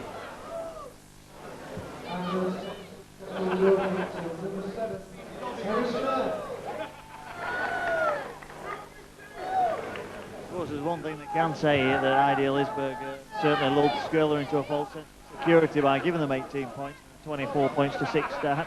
Now at 24-12, skirlaugh really going to have to guard against any sort of complacency coming in, and we'll see what can happen if they don't get their act together quickly. Hard low kick from Colin Brown, well picked up by Arameo. Here comes Charlesworth on the run. Oh, good run by Adam Charlesworth. Needs a quick play of the ball. Scott Fletcher let him do it. Here comes Frankish on the best, over halfway. Two good drives from Ardale. Tony Wardell goes at the blind side, drops off Parker. Tackled by Gotts. Smake, give it to Arameo. Doesn't, misses Arameo out. Dearlove. Batty, oh good ball, Scott Reynolds. That was good movement across the field by Ardale. They're certainly getting them, holding the ball a little bit better, but as we say, there's a bit of a rash pass put in. Smake. Oh, good tackling by Ardale. Bang Andy Peacock down. Wiles. Oh, good tackle. Tremendous tackle by Dave Ward. Fletcher. Again Ward into the tackle. And Arameo over the top. Actually a feature of Ardale's season this year has been the tackling of the forwards. Pretty good defensive side, though you wouldn't believe it from the score like today, but they do tackle well. Crane to Brown. Should be the full-back's ball. Lets it bounce. Batty, bring it back. Side steps, but Brown gets him easily. McGowan will run off, but again Brown into the tackle.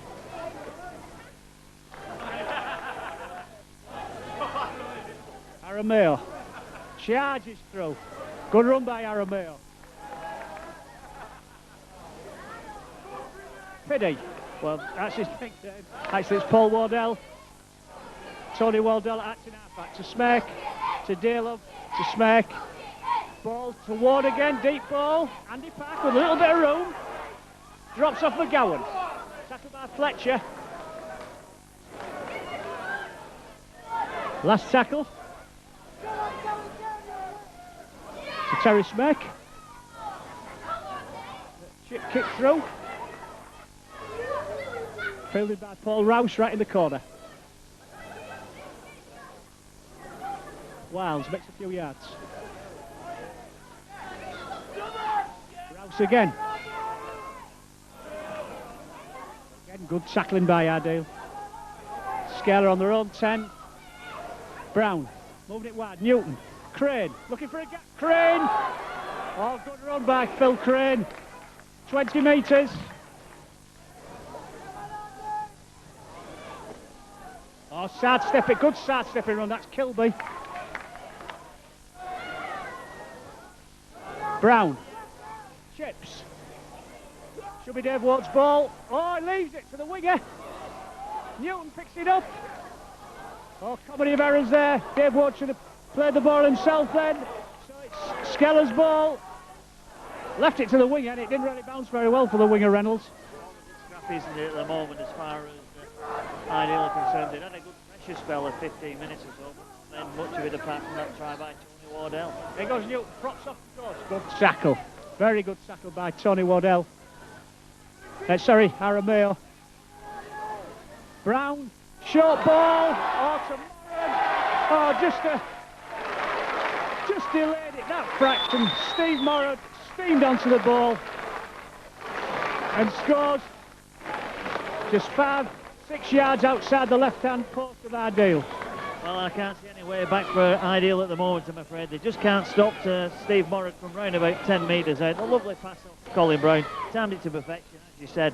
And, of course, when we look at it, we had that spell of some 10 minutes or so pressure where Ideal did get a try from Tony Wardell.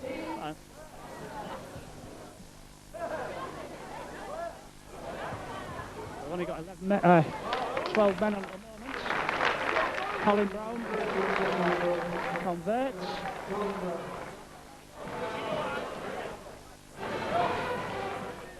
Well, it's not really hitting the heights we're expecting here as a local derby. 30 points to 12 as far as Skirlaugh are concerned against Ideal Isberg, and Ideal will be bitterly disappointed with their first half showing. Certainly Skirlaugh, though, when they've got the ball in hand, they're looking pretty sharp, pretty effective, doing a professional job here on their neighbours from Isberg. And at the end of the day, this 30 points to 12 is a pretty good reflection of the dominance that Skirlaugh's got. Yeah, and I've just seen that Dean Rolfe's come on. Wardell to Smack, looking for a gap. Caleb, Rolfe in with a tackle. Take down here, looks like he's got an ankle injury. Wardell again. It's to Smack. A good ball back Smack to Parker. Parker goes, tackle 2 yards short. Dangerous runner, Andrew Parker. Oh, McGowan spins, tries to score in the corner, no chance. Smack, chips. And Paul Rouse has to make it dead. So it'll be Skeller to drop out.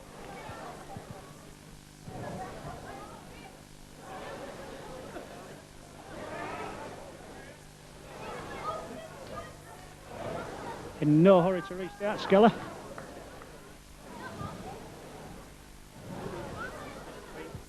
I think here, Andy Tate, he was tackling back play while that passage was going on. Seemed to hurt his knee. But they've just made a few couple of substitutions. I think Skirlaugh, they won't want to make another with the half-time pending. Charlesworth picks up Brown's kick. Oh, what a good tackle from Dean Ralph. Dean Ralph, former Barlow player of the year, like 35 years old now, Dean. Probably got that. Ward, oh, what a good ball from Dave Ward to Frankish. Oh, gets it back to Ward. Oh, score. Oh, what a good try by Adi. Excellent try. Ward made the initial break to Frankish, who did very well, I thought. Held up a couple of defenders, returned the ball to Dave Ward, who's strong enough to resist Rouse's tackle and score in the corner. Oh, what a good riposte from Ardale. I said they wouldn't lay down, Trevor, and they certainly won't. Well, they're not lying down, and they can't afford to because there's a big score against them here if they did, but that tries giving them some hope for the second half. 30 points to 16, this difficult kick to come, and we're pretty much...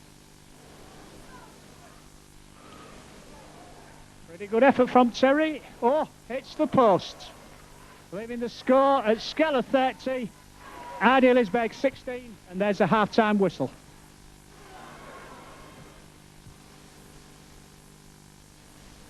Colin Brown to restart. Straight to Terry Smack. Gives it to Dave Ward. He'll charge up. Only while Dave knows. It's put down by Scott Fletcher.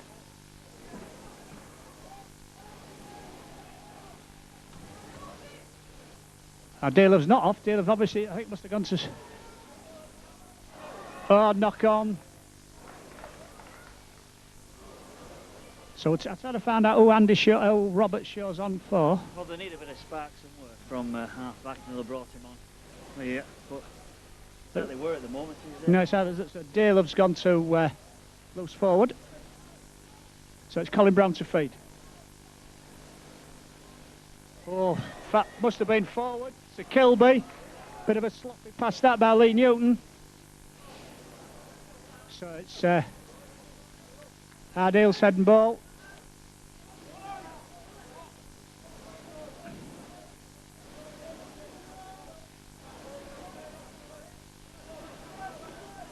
Rob Shaw goes.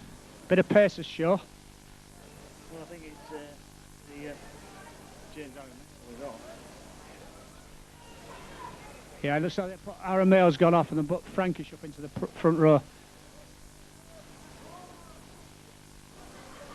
Wardell.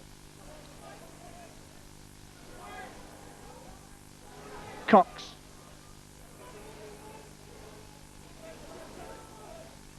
Short to Smack. Chips. Oh, got many chasers on. But it bounced to McGowan. It does. It does. Oh, what a kick and what a bounce. And McGowan is under the posts. Well, well, well, what a start for Ideal. Just what they needed at the start of the second half. Trailing 30 points to 16, they needed something. That lovely little kick from Smirk to the right-hand side. McGowan showing great pace. Bit of a luck with the bounce of the ball, but they've needed some luck of Ideal. They've had none so far, and that came back to them. And it looks like it should be a try, although at the moment, I think, well, it looks to me like we've not got a try. Offside against McGowan, and that's rather unfortunate. We're saying they could do with some luck, but they've got none. Yeah. I'm surprised we're so long making that decision, Trevor, actually. Well, they weren't going to the big screen, that's for sure, because we've not got one. Well, that was a let-off, because it certainly was an inch-perfect kick from Terry Smack. It actually supplied that Ideal used quite a bit. The cross kick from Terry Smack. Anyway, Colin Brown finds touch on halfway. So it's Skirlaugh back on the attack. And Ralph charges up. Very strong, Dean Ralph. Played most of the season in the A team this year. There goes Morad. Two big, strong props. Brown to Crane. Another Barler international.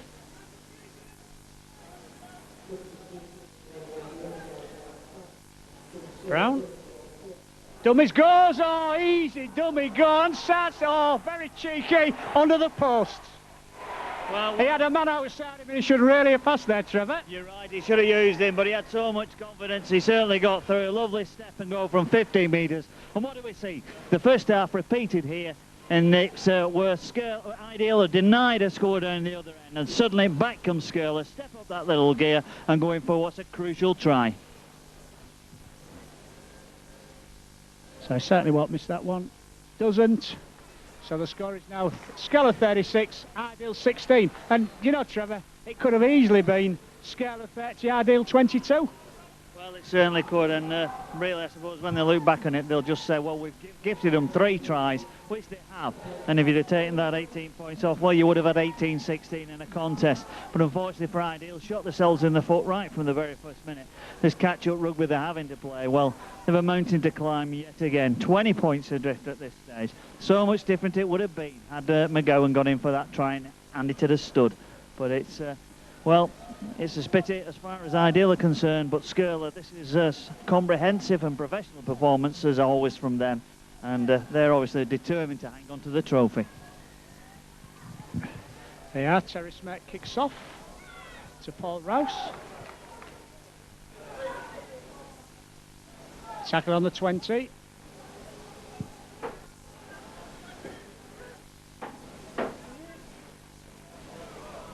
Fletcher. Well, with me now of Angela Powers. Angela, you've been down near the dressing rooms. What were the two coaches having to say? Tony Spence was basically saying it's the errors that have caused them lots of problems. If they'd have held the ball when they needed to in those attacks from Skirlaugh, then they wouldn't have scored. They wouldn't be so far down as they are now. He'd be very disappointed with the way that Skirlaugh have just come back in this second half. Sorry. Steve McNamara is very happy, obviously, with the way that Skirlaugh are going, but he's concerned that the attack that Ideal Lisburg are putting up, it's definitely pushing them all away. They're never going to give up, and it looks as though it's going to be a tight second half. Well, thanks very much to Angela Powers. And it's Batty, tackled.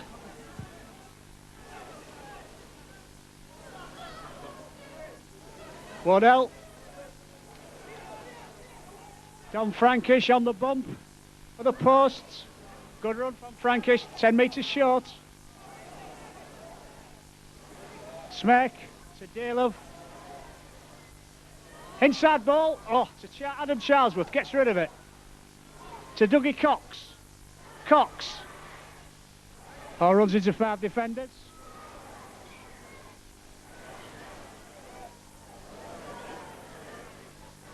Smack.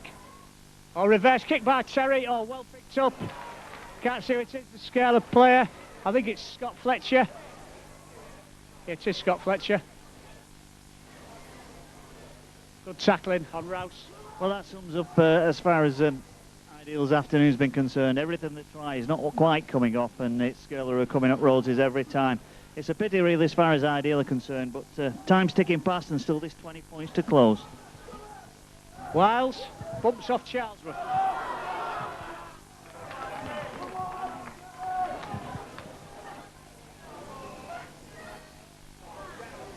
Brown, long ball, back to Scott Fletcher. Tackled by Cox.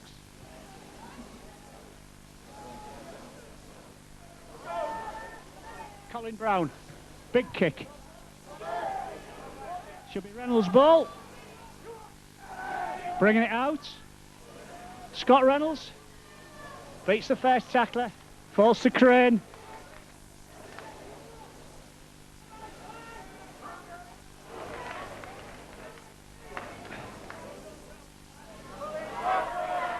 Frankish.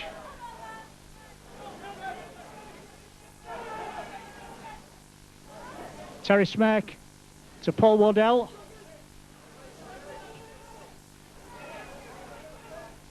Smirk, he'll kick. Turns the winger and the fullback. Good kick by Terry Smirk. I think it'll find touch. It does. 10 metres short of the Skirlaugh line. Well, they've really got to make this territorial advantage pay off here as Ideal. Once again, they've been camped down this end of the field for something like 5 or 6 minutes, and they've really got to get a points on the board. But if it's like the rest of the game so far, it looks like Skirlaugh could hold out, then they'll break up field, and of course any other score complete that would kill this game off. Dean Rolfe having treatment.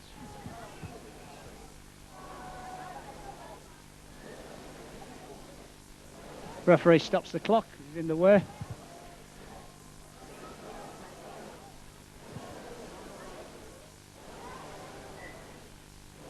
Right, so it's Colin Brown. Kilby. Cooper. Excellent tackle by Andrew Parker underneath. Morrod. He'll charge it. It parts to Crane. Oh, Crane half checks, keeps going. Into the Ideal half. Ralph.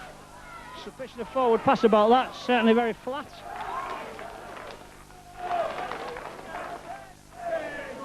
Newton to Colin Brown. To Wiles. Oh, Scott Fletcher. A knock on there. So it'll be Ideal's head and ball. 10 metres inside their own half.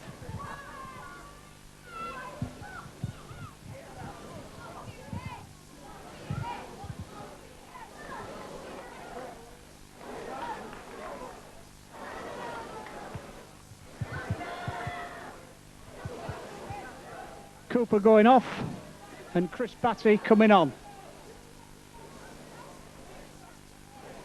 Batty, Chris Batty that is. Shaw, ducks away, Shaw, Rob Shaw trying to find a bit of space, gets away of another man, still going, trying to straighten up, can't. Made 50 yards across, about 20 yards forward there. Andy Parker.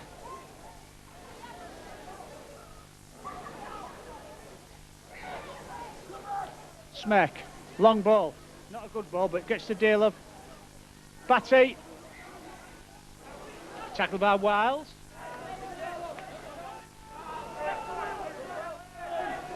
And Batty, that's the Skirlaugh Batty that is. Terry Smirk, high kick, should be the full-back's ball. Or Wilberforce gets it, does he get it on the third, fourth bounce? Oh, an excellent tackle by McGowan. Andy Peacock, few yards there. Penalty, not releasing.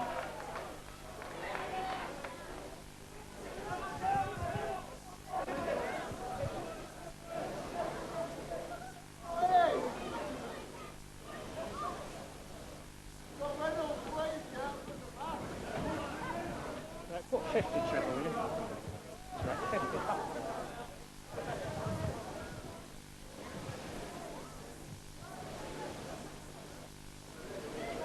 know they're very cheap, these.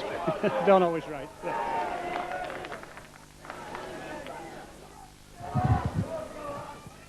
Scott Fletcher.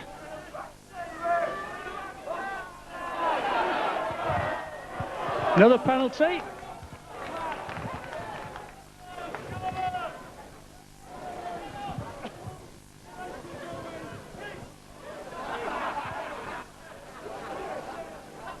Colin Brown. Colin Brown finds touch in the ideal half.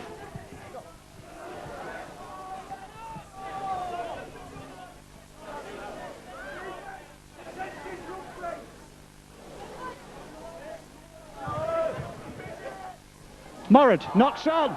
Frankish picks it up. Mistake there from Skeller.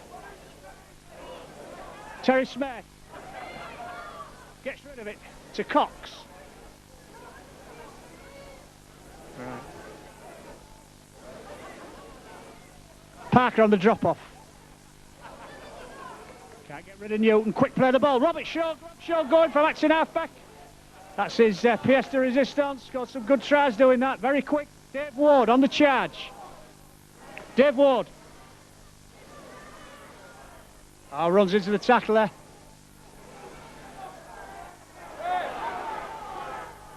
That was Kilby. Right. On the blind. Wardell. Just short. 7 or 8 metres short. Ward again. To Terry Smeck. Chips. Frankish is after it. Oh. Well cleaned up by by Wilberforce there. Sam Wilberforce. Good kick that by Terry Smeck. A cracking kick, that, just what they needed really. A little kick through, and it only just beat, when I can see it was Dearlove, I think it was, who was going for that touchdown, but it was Wilberforce who managed to get it dead. But this pressure that's been being put on by Ideal Isberg has to be turned into some points. We've only got about 25, 26 minutes of this game remaining, and Ideal 20 points adrift. It's slipping away fast as far as they're concerned. Yeah, they really have to score. That was Morad back after having treatment. So Colin Brown to drop off. Straight to Terry Smeck. Gives it to Dave Ward. Ward goes, looking for a gap. Ward, still running. Having a good game, Dave Ward. Gets rid of it. It's to Shaw. Shaw looking for a gap. Shaw going again. Tackled by Kilby. And Rouse over the top. Andrew Parker. 5 yards short. Frankish onto a flat ball. Frankish, Dom Frankish, 2 yards short.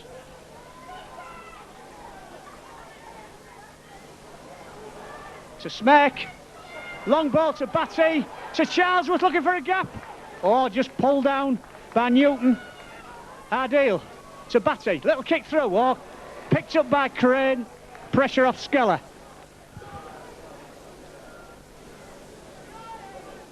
Tate tackled.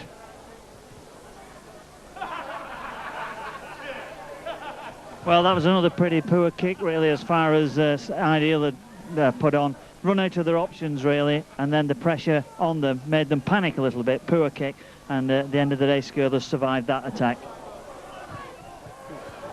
Dean Ralph loses it. Ball to Shaw. Shaw with a bit of room. Shaw.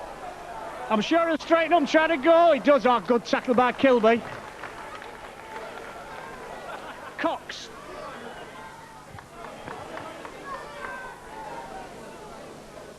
Oh, Smeck to the right to Parker. Parker.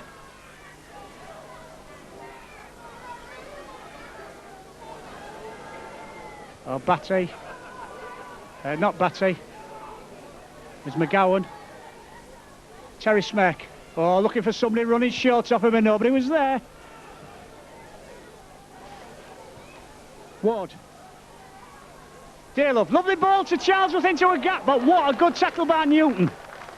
Oh, that was a lovely ball into the gap, but Newton read it well. Oh, well, should score. Over. No, that's just short. Sorry, just short. Yard short, last tackle. Hand over to Skeller. Well, that was a big drive in there from the prop forward, Paul Wardell. And one of the skirlaugh players has took a bit of a knock as he tried to get in there to stop him. It did stop the try coming in, but certainly as far as the skirlaugh player is concerned, it's been a surprise. He really is looking in a lot of pain down on that touch line, or on that try line, or close to the try line. But this pressure from Ideal has got to pay off sooner or later. All credit to the skirlaugh defence. It's absolutely incredible. But he saved a try. Rouse. Oh, that was read by 3 Ideal defenders who drive him back. Ralph. Good tackle underneath. Morad. But Ideal's tackling's pretty good. Tate. Four tackles gone. 5 tackles gone. They're on the 20. The ball will be going back to Colin Brown. Colin Brown. Scott Reynolds' ball. Bit of room to get going. And a good tackle by Tate. Smirk to Batty. The last 10 minutes it's been all Ideal without being able to get over the line, Trevor. Well, this has been the story of their game, hasn't it? They've not really been able to turn ground and pressure into points, and all credit to skirlaugh's defence for that. Here comes Dave Ward, who's been as good as anybody at making the yards for Ideal.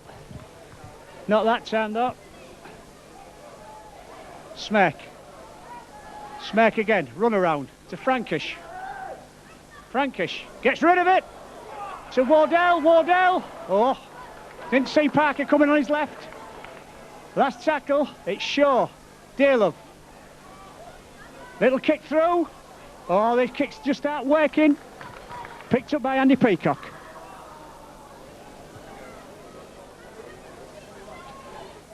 Moles tackled.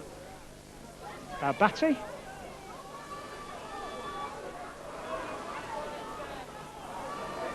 And Chris Batty of Ideal's hurt. There goes Scott Fletcher, another very hard working forward. He gets rid of it to Rouse.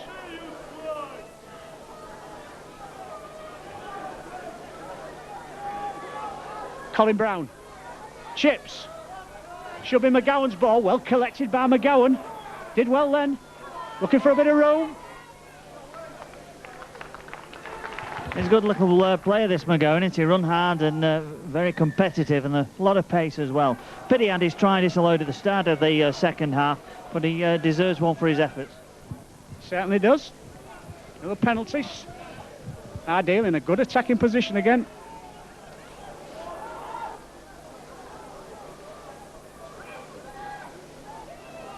So Tony Wardell's tapped this. So Frankish is going to charge onto it. It does.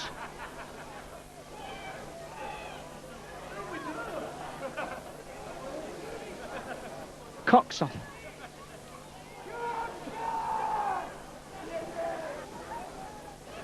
Smirk. Dearlove. Smirk. Nice ball, Parker. Dave Ward. His passes should score, he has done. Oh, what a good try. Lovely try. Terry Smirk inevitably involved in an excellent diagonal break by Dave Ward. And a pass to Adam Charlesworth, who scores 5 yards in from touch. A well-deserved score that from Ideal after all this pressure.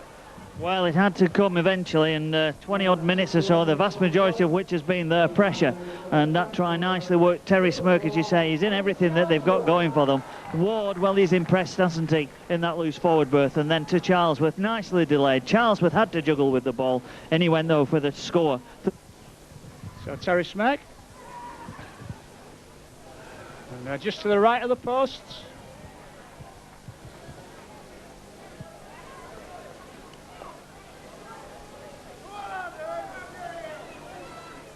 Skirlaugh in no hurry to restart.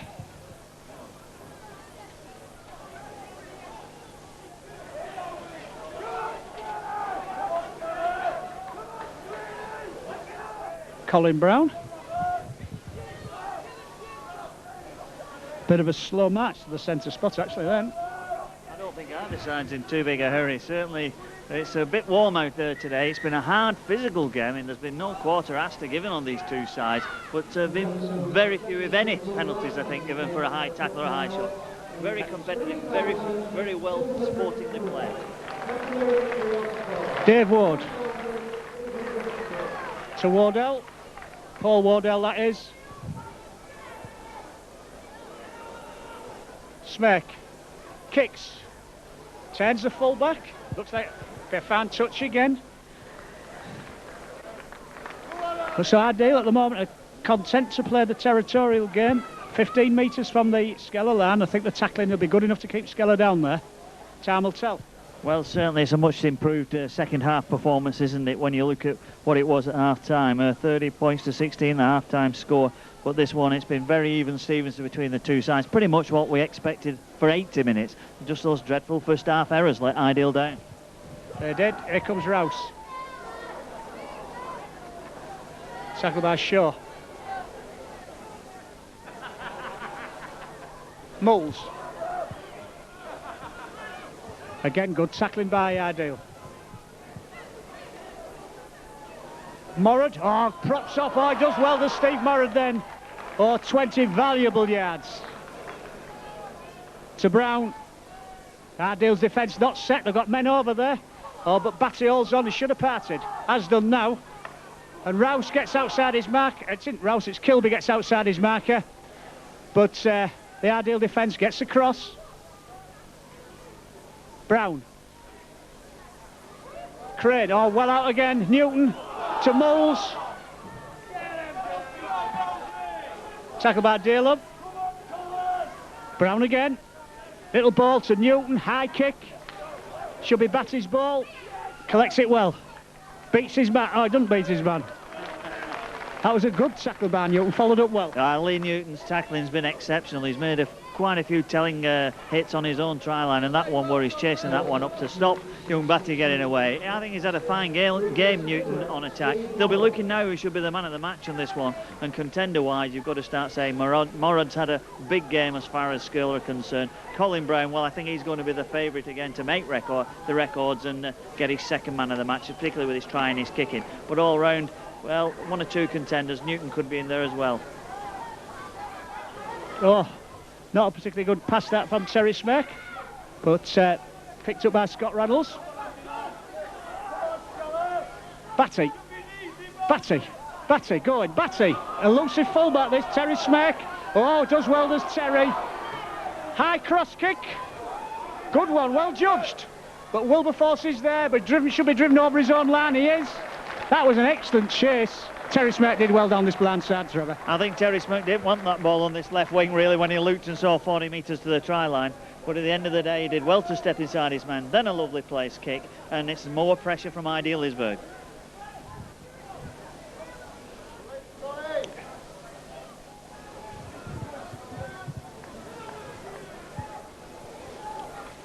And Colin Brown, very slowly back. I don't know if the referee's had any time on. Brown. Shaw. So Russell's come on.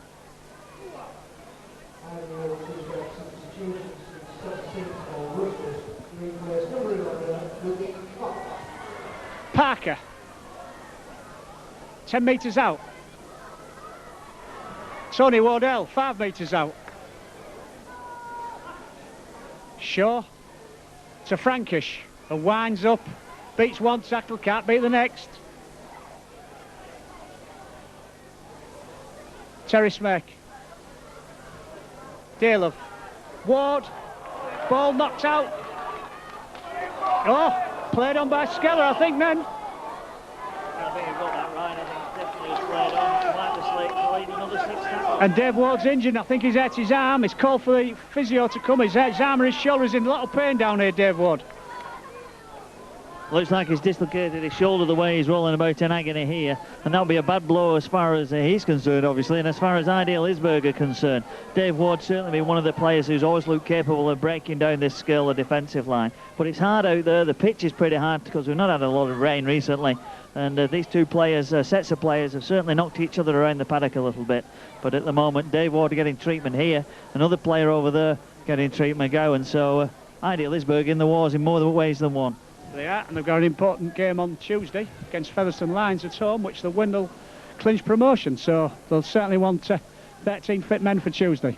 Well, it's going to be hard to lift the lads, I think, after this, because they'll be disappointed that if they do lose this game, they'll be very disappointed with the way they played in the first period, and that's going to knock some of the stuffing out of them. Featherstone Lions, of course, a tough side anyway, so when you look at it, it looks all right. Maybe he's not dislocated his shoulder. Whatever was in that sponge, it's certainly been magic. Yeah. He was in a lot of pain, was Dave Ward, but he's back up.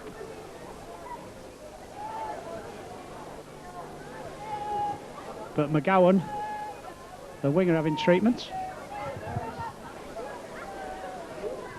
Difficult to say how much time the referee's added on, actually, Trevor.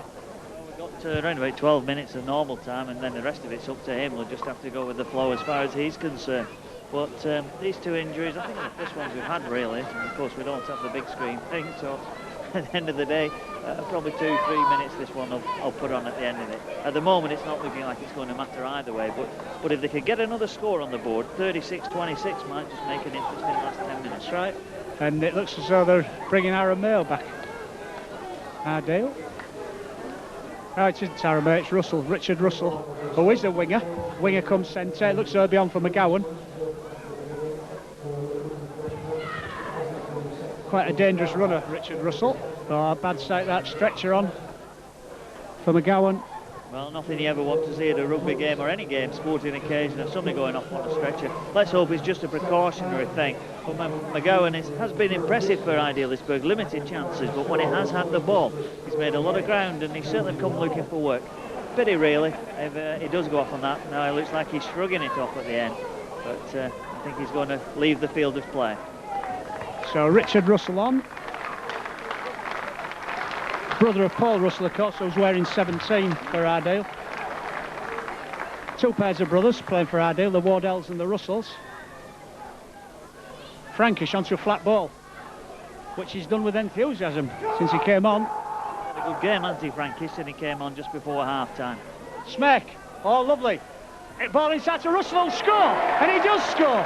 First touch of the ball and he's over. Well, he'll be delighted with that. His second touch, really. First one was when he played the ball when he came over the injured McGowan. Now he gets the inside ball, and that's an absolute cracker of a try for him.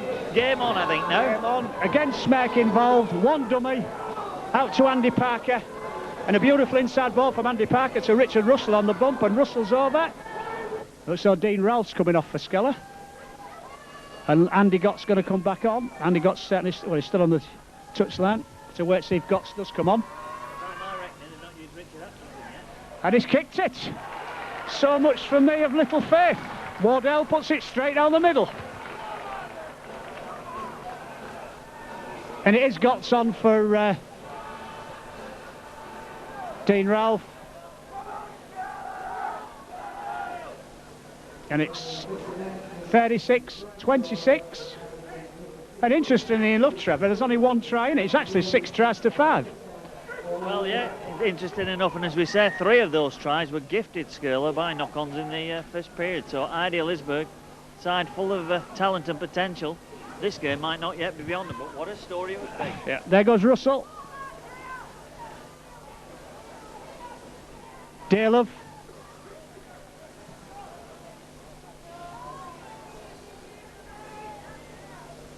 Wardell again, Paul Wardell. Makes a few more yards. Smack, he'll kick. Looks a good kick by Terry Smack, going for touch. And he finds touch. About 12 metres outside the Skeller half. That was a similar tactic to before, Trevor, waiting for Skeller to cough the ball up. Well, yeah, it certainly was, and here we are again, back down in that 20-metre zone. A lot of pressure here on Skeller. Concede one more try. And, well, I think Ideal are in a situation where they could build on this momentum and maybe snatch it, who knows.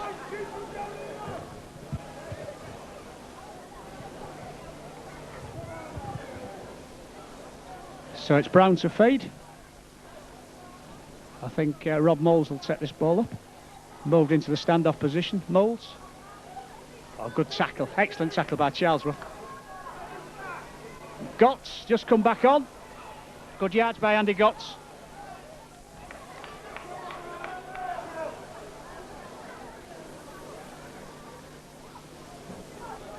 Batty. Brown. Deep ball. Gotts again.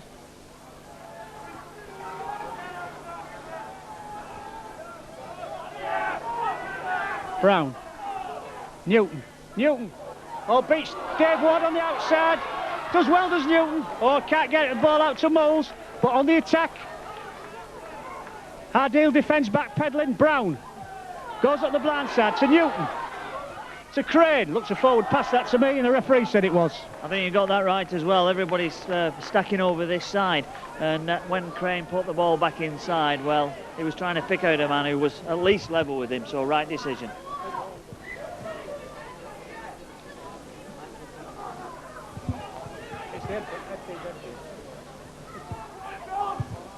Russell gets rid of it to Shaw. There's room in front of him. Ah, but Brown reads it well.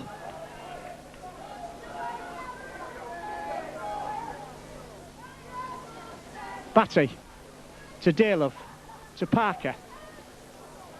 Back to Daylove.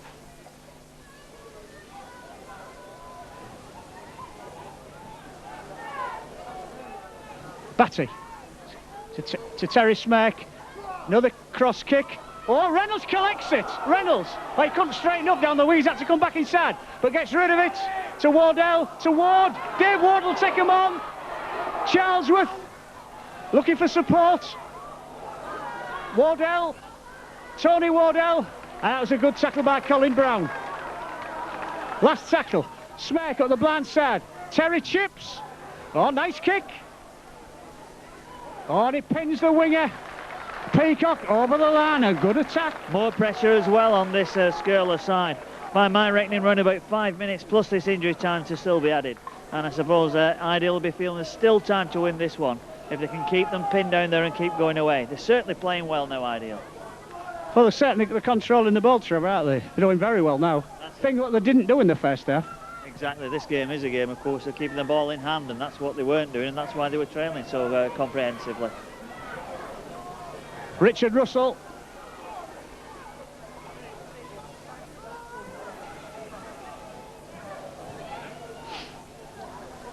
Frankish again. Willing worker, makes a few more yards. Dave Ward explodes into action again, Dave Ward. Still going. Ward looking for a gap. He had a blinding game, Dave Ward, for Ideal. Sure. Can't get away.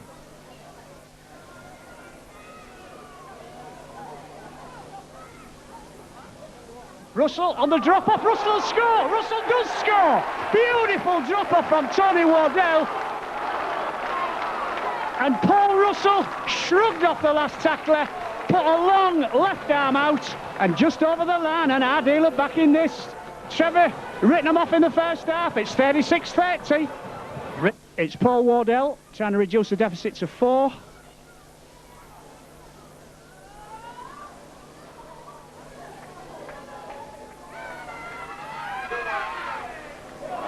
And he misses to the left-hand side of the post.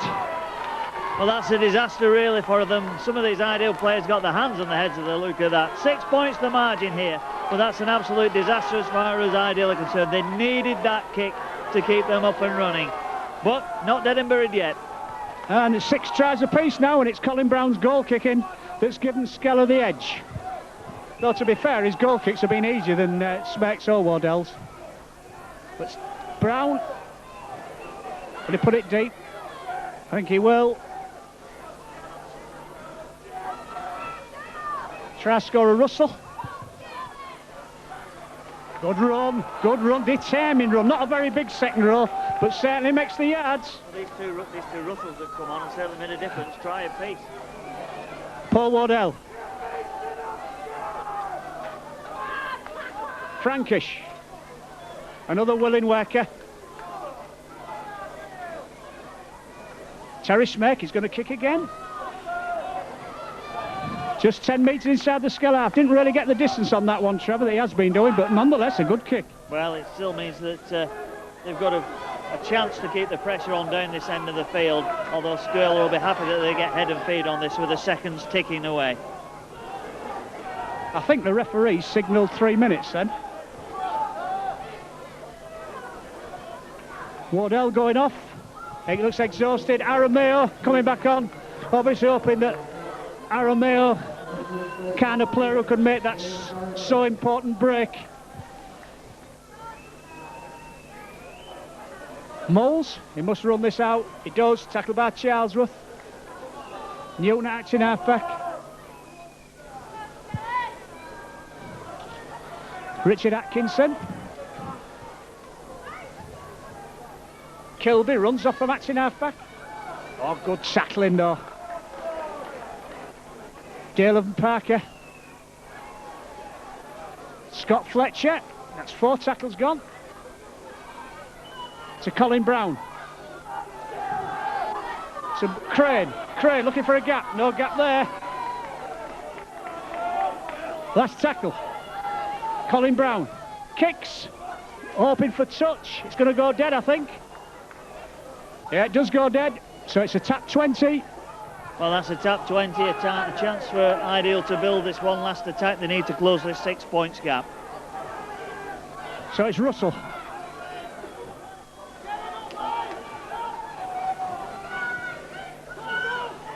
Arameo.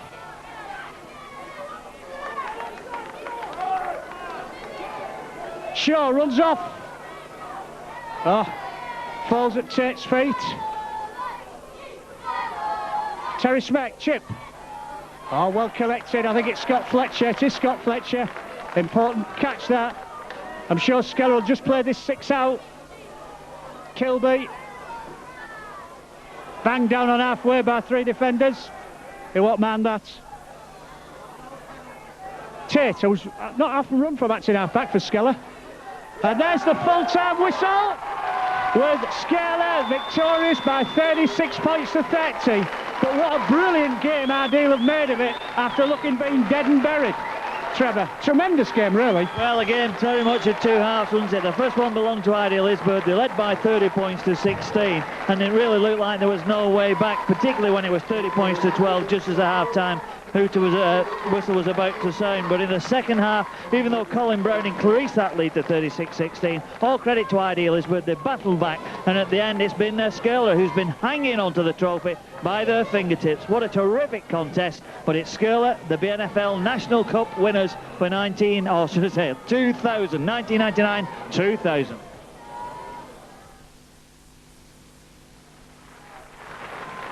Presentation being made by Councillor Petch to Dave Ward. Captain of the losers, Ideal Isbird. Had a great game, did Dave Ward. Wardell, Cox, Tony Wardell, Richard Russell, that late try, bottom right back in the game. McGowan, who had his left knee well strapped up. Charlesworth, Shaw, James Arameo, Chris Batty, Simon Jackson, Andy Daleup, Andrew Parker, Don Frankish had a blinder, I thought, when he came on. And last, Paul Russell.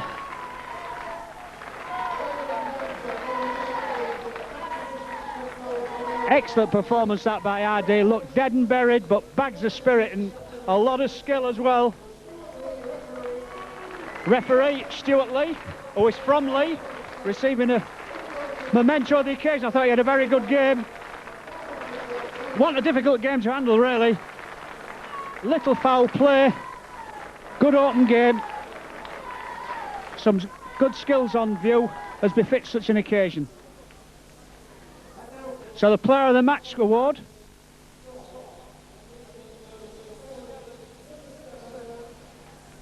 and Colin Brown has got the man of the match award. Kicked 6 goals, scored a try, and I believe he won the same award last year when Skirlaugh beat Wathbrow Hornets 32 points to 2. So Skirlaugh have kept the trophy, and the same player, Colin Brown, has kept the man of the match trophy.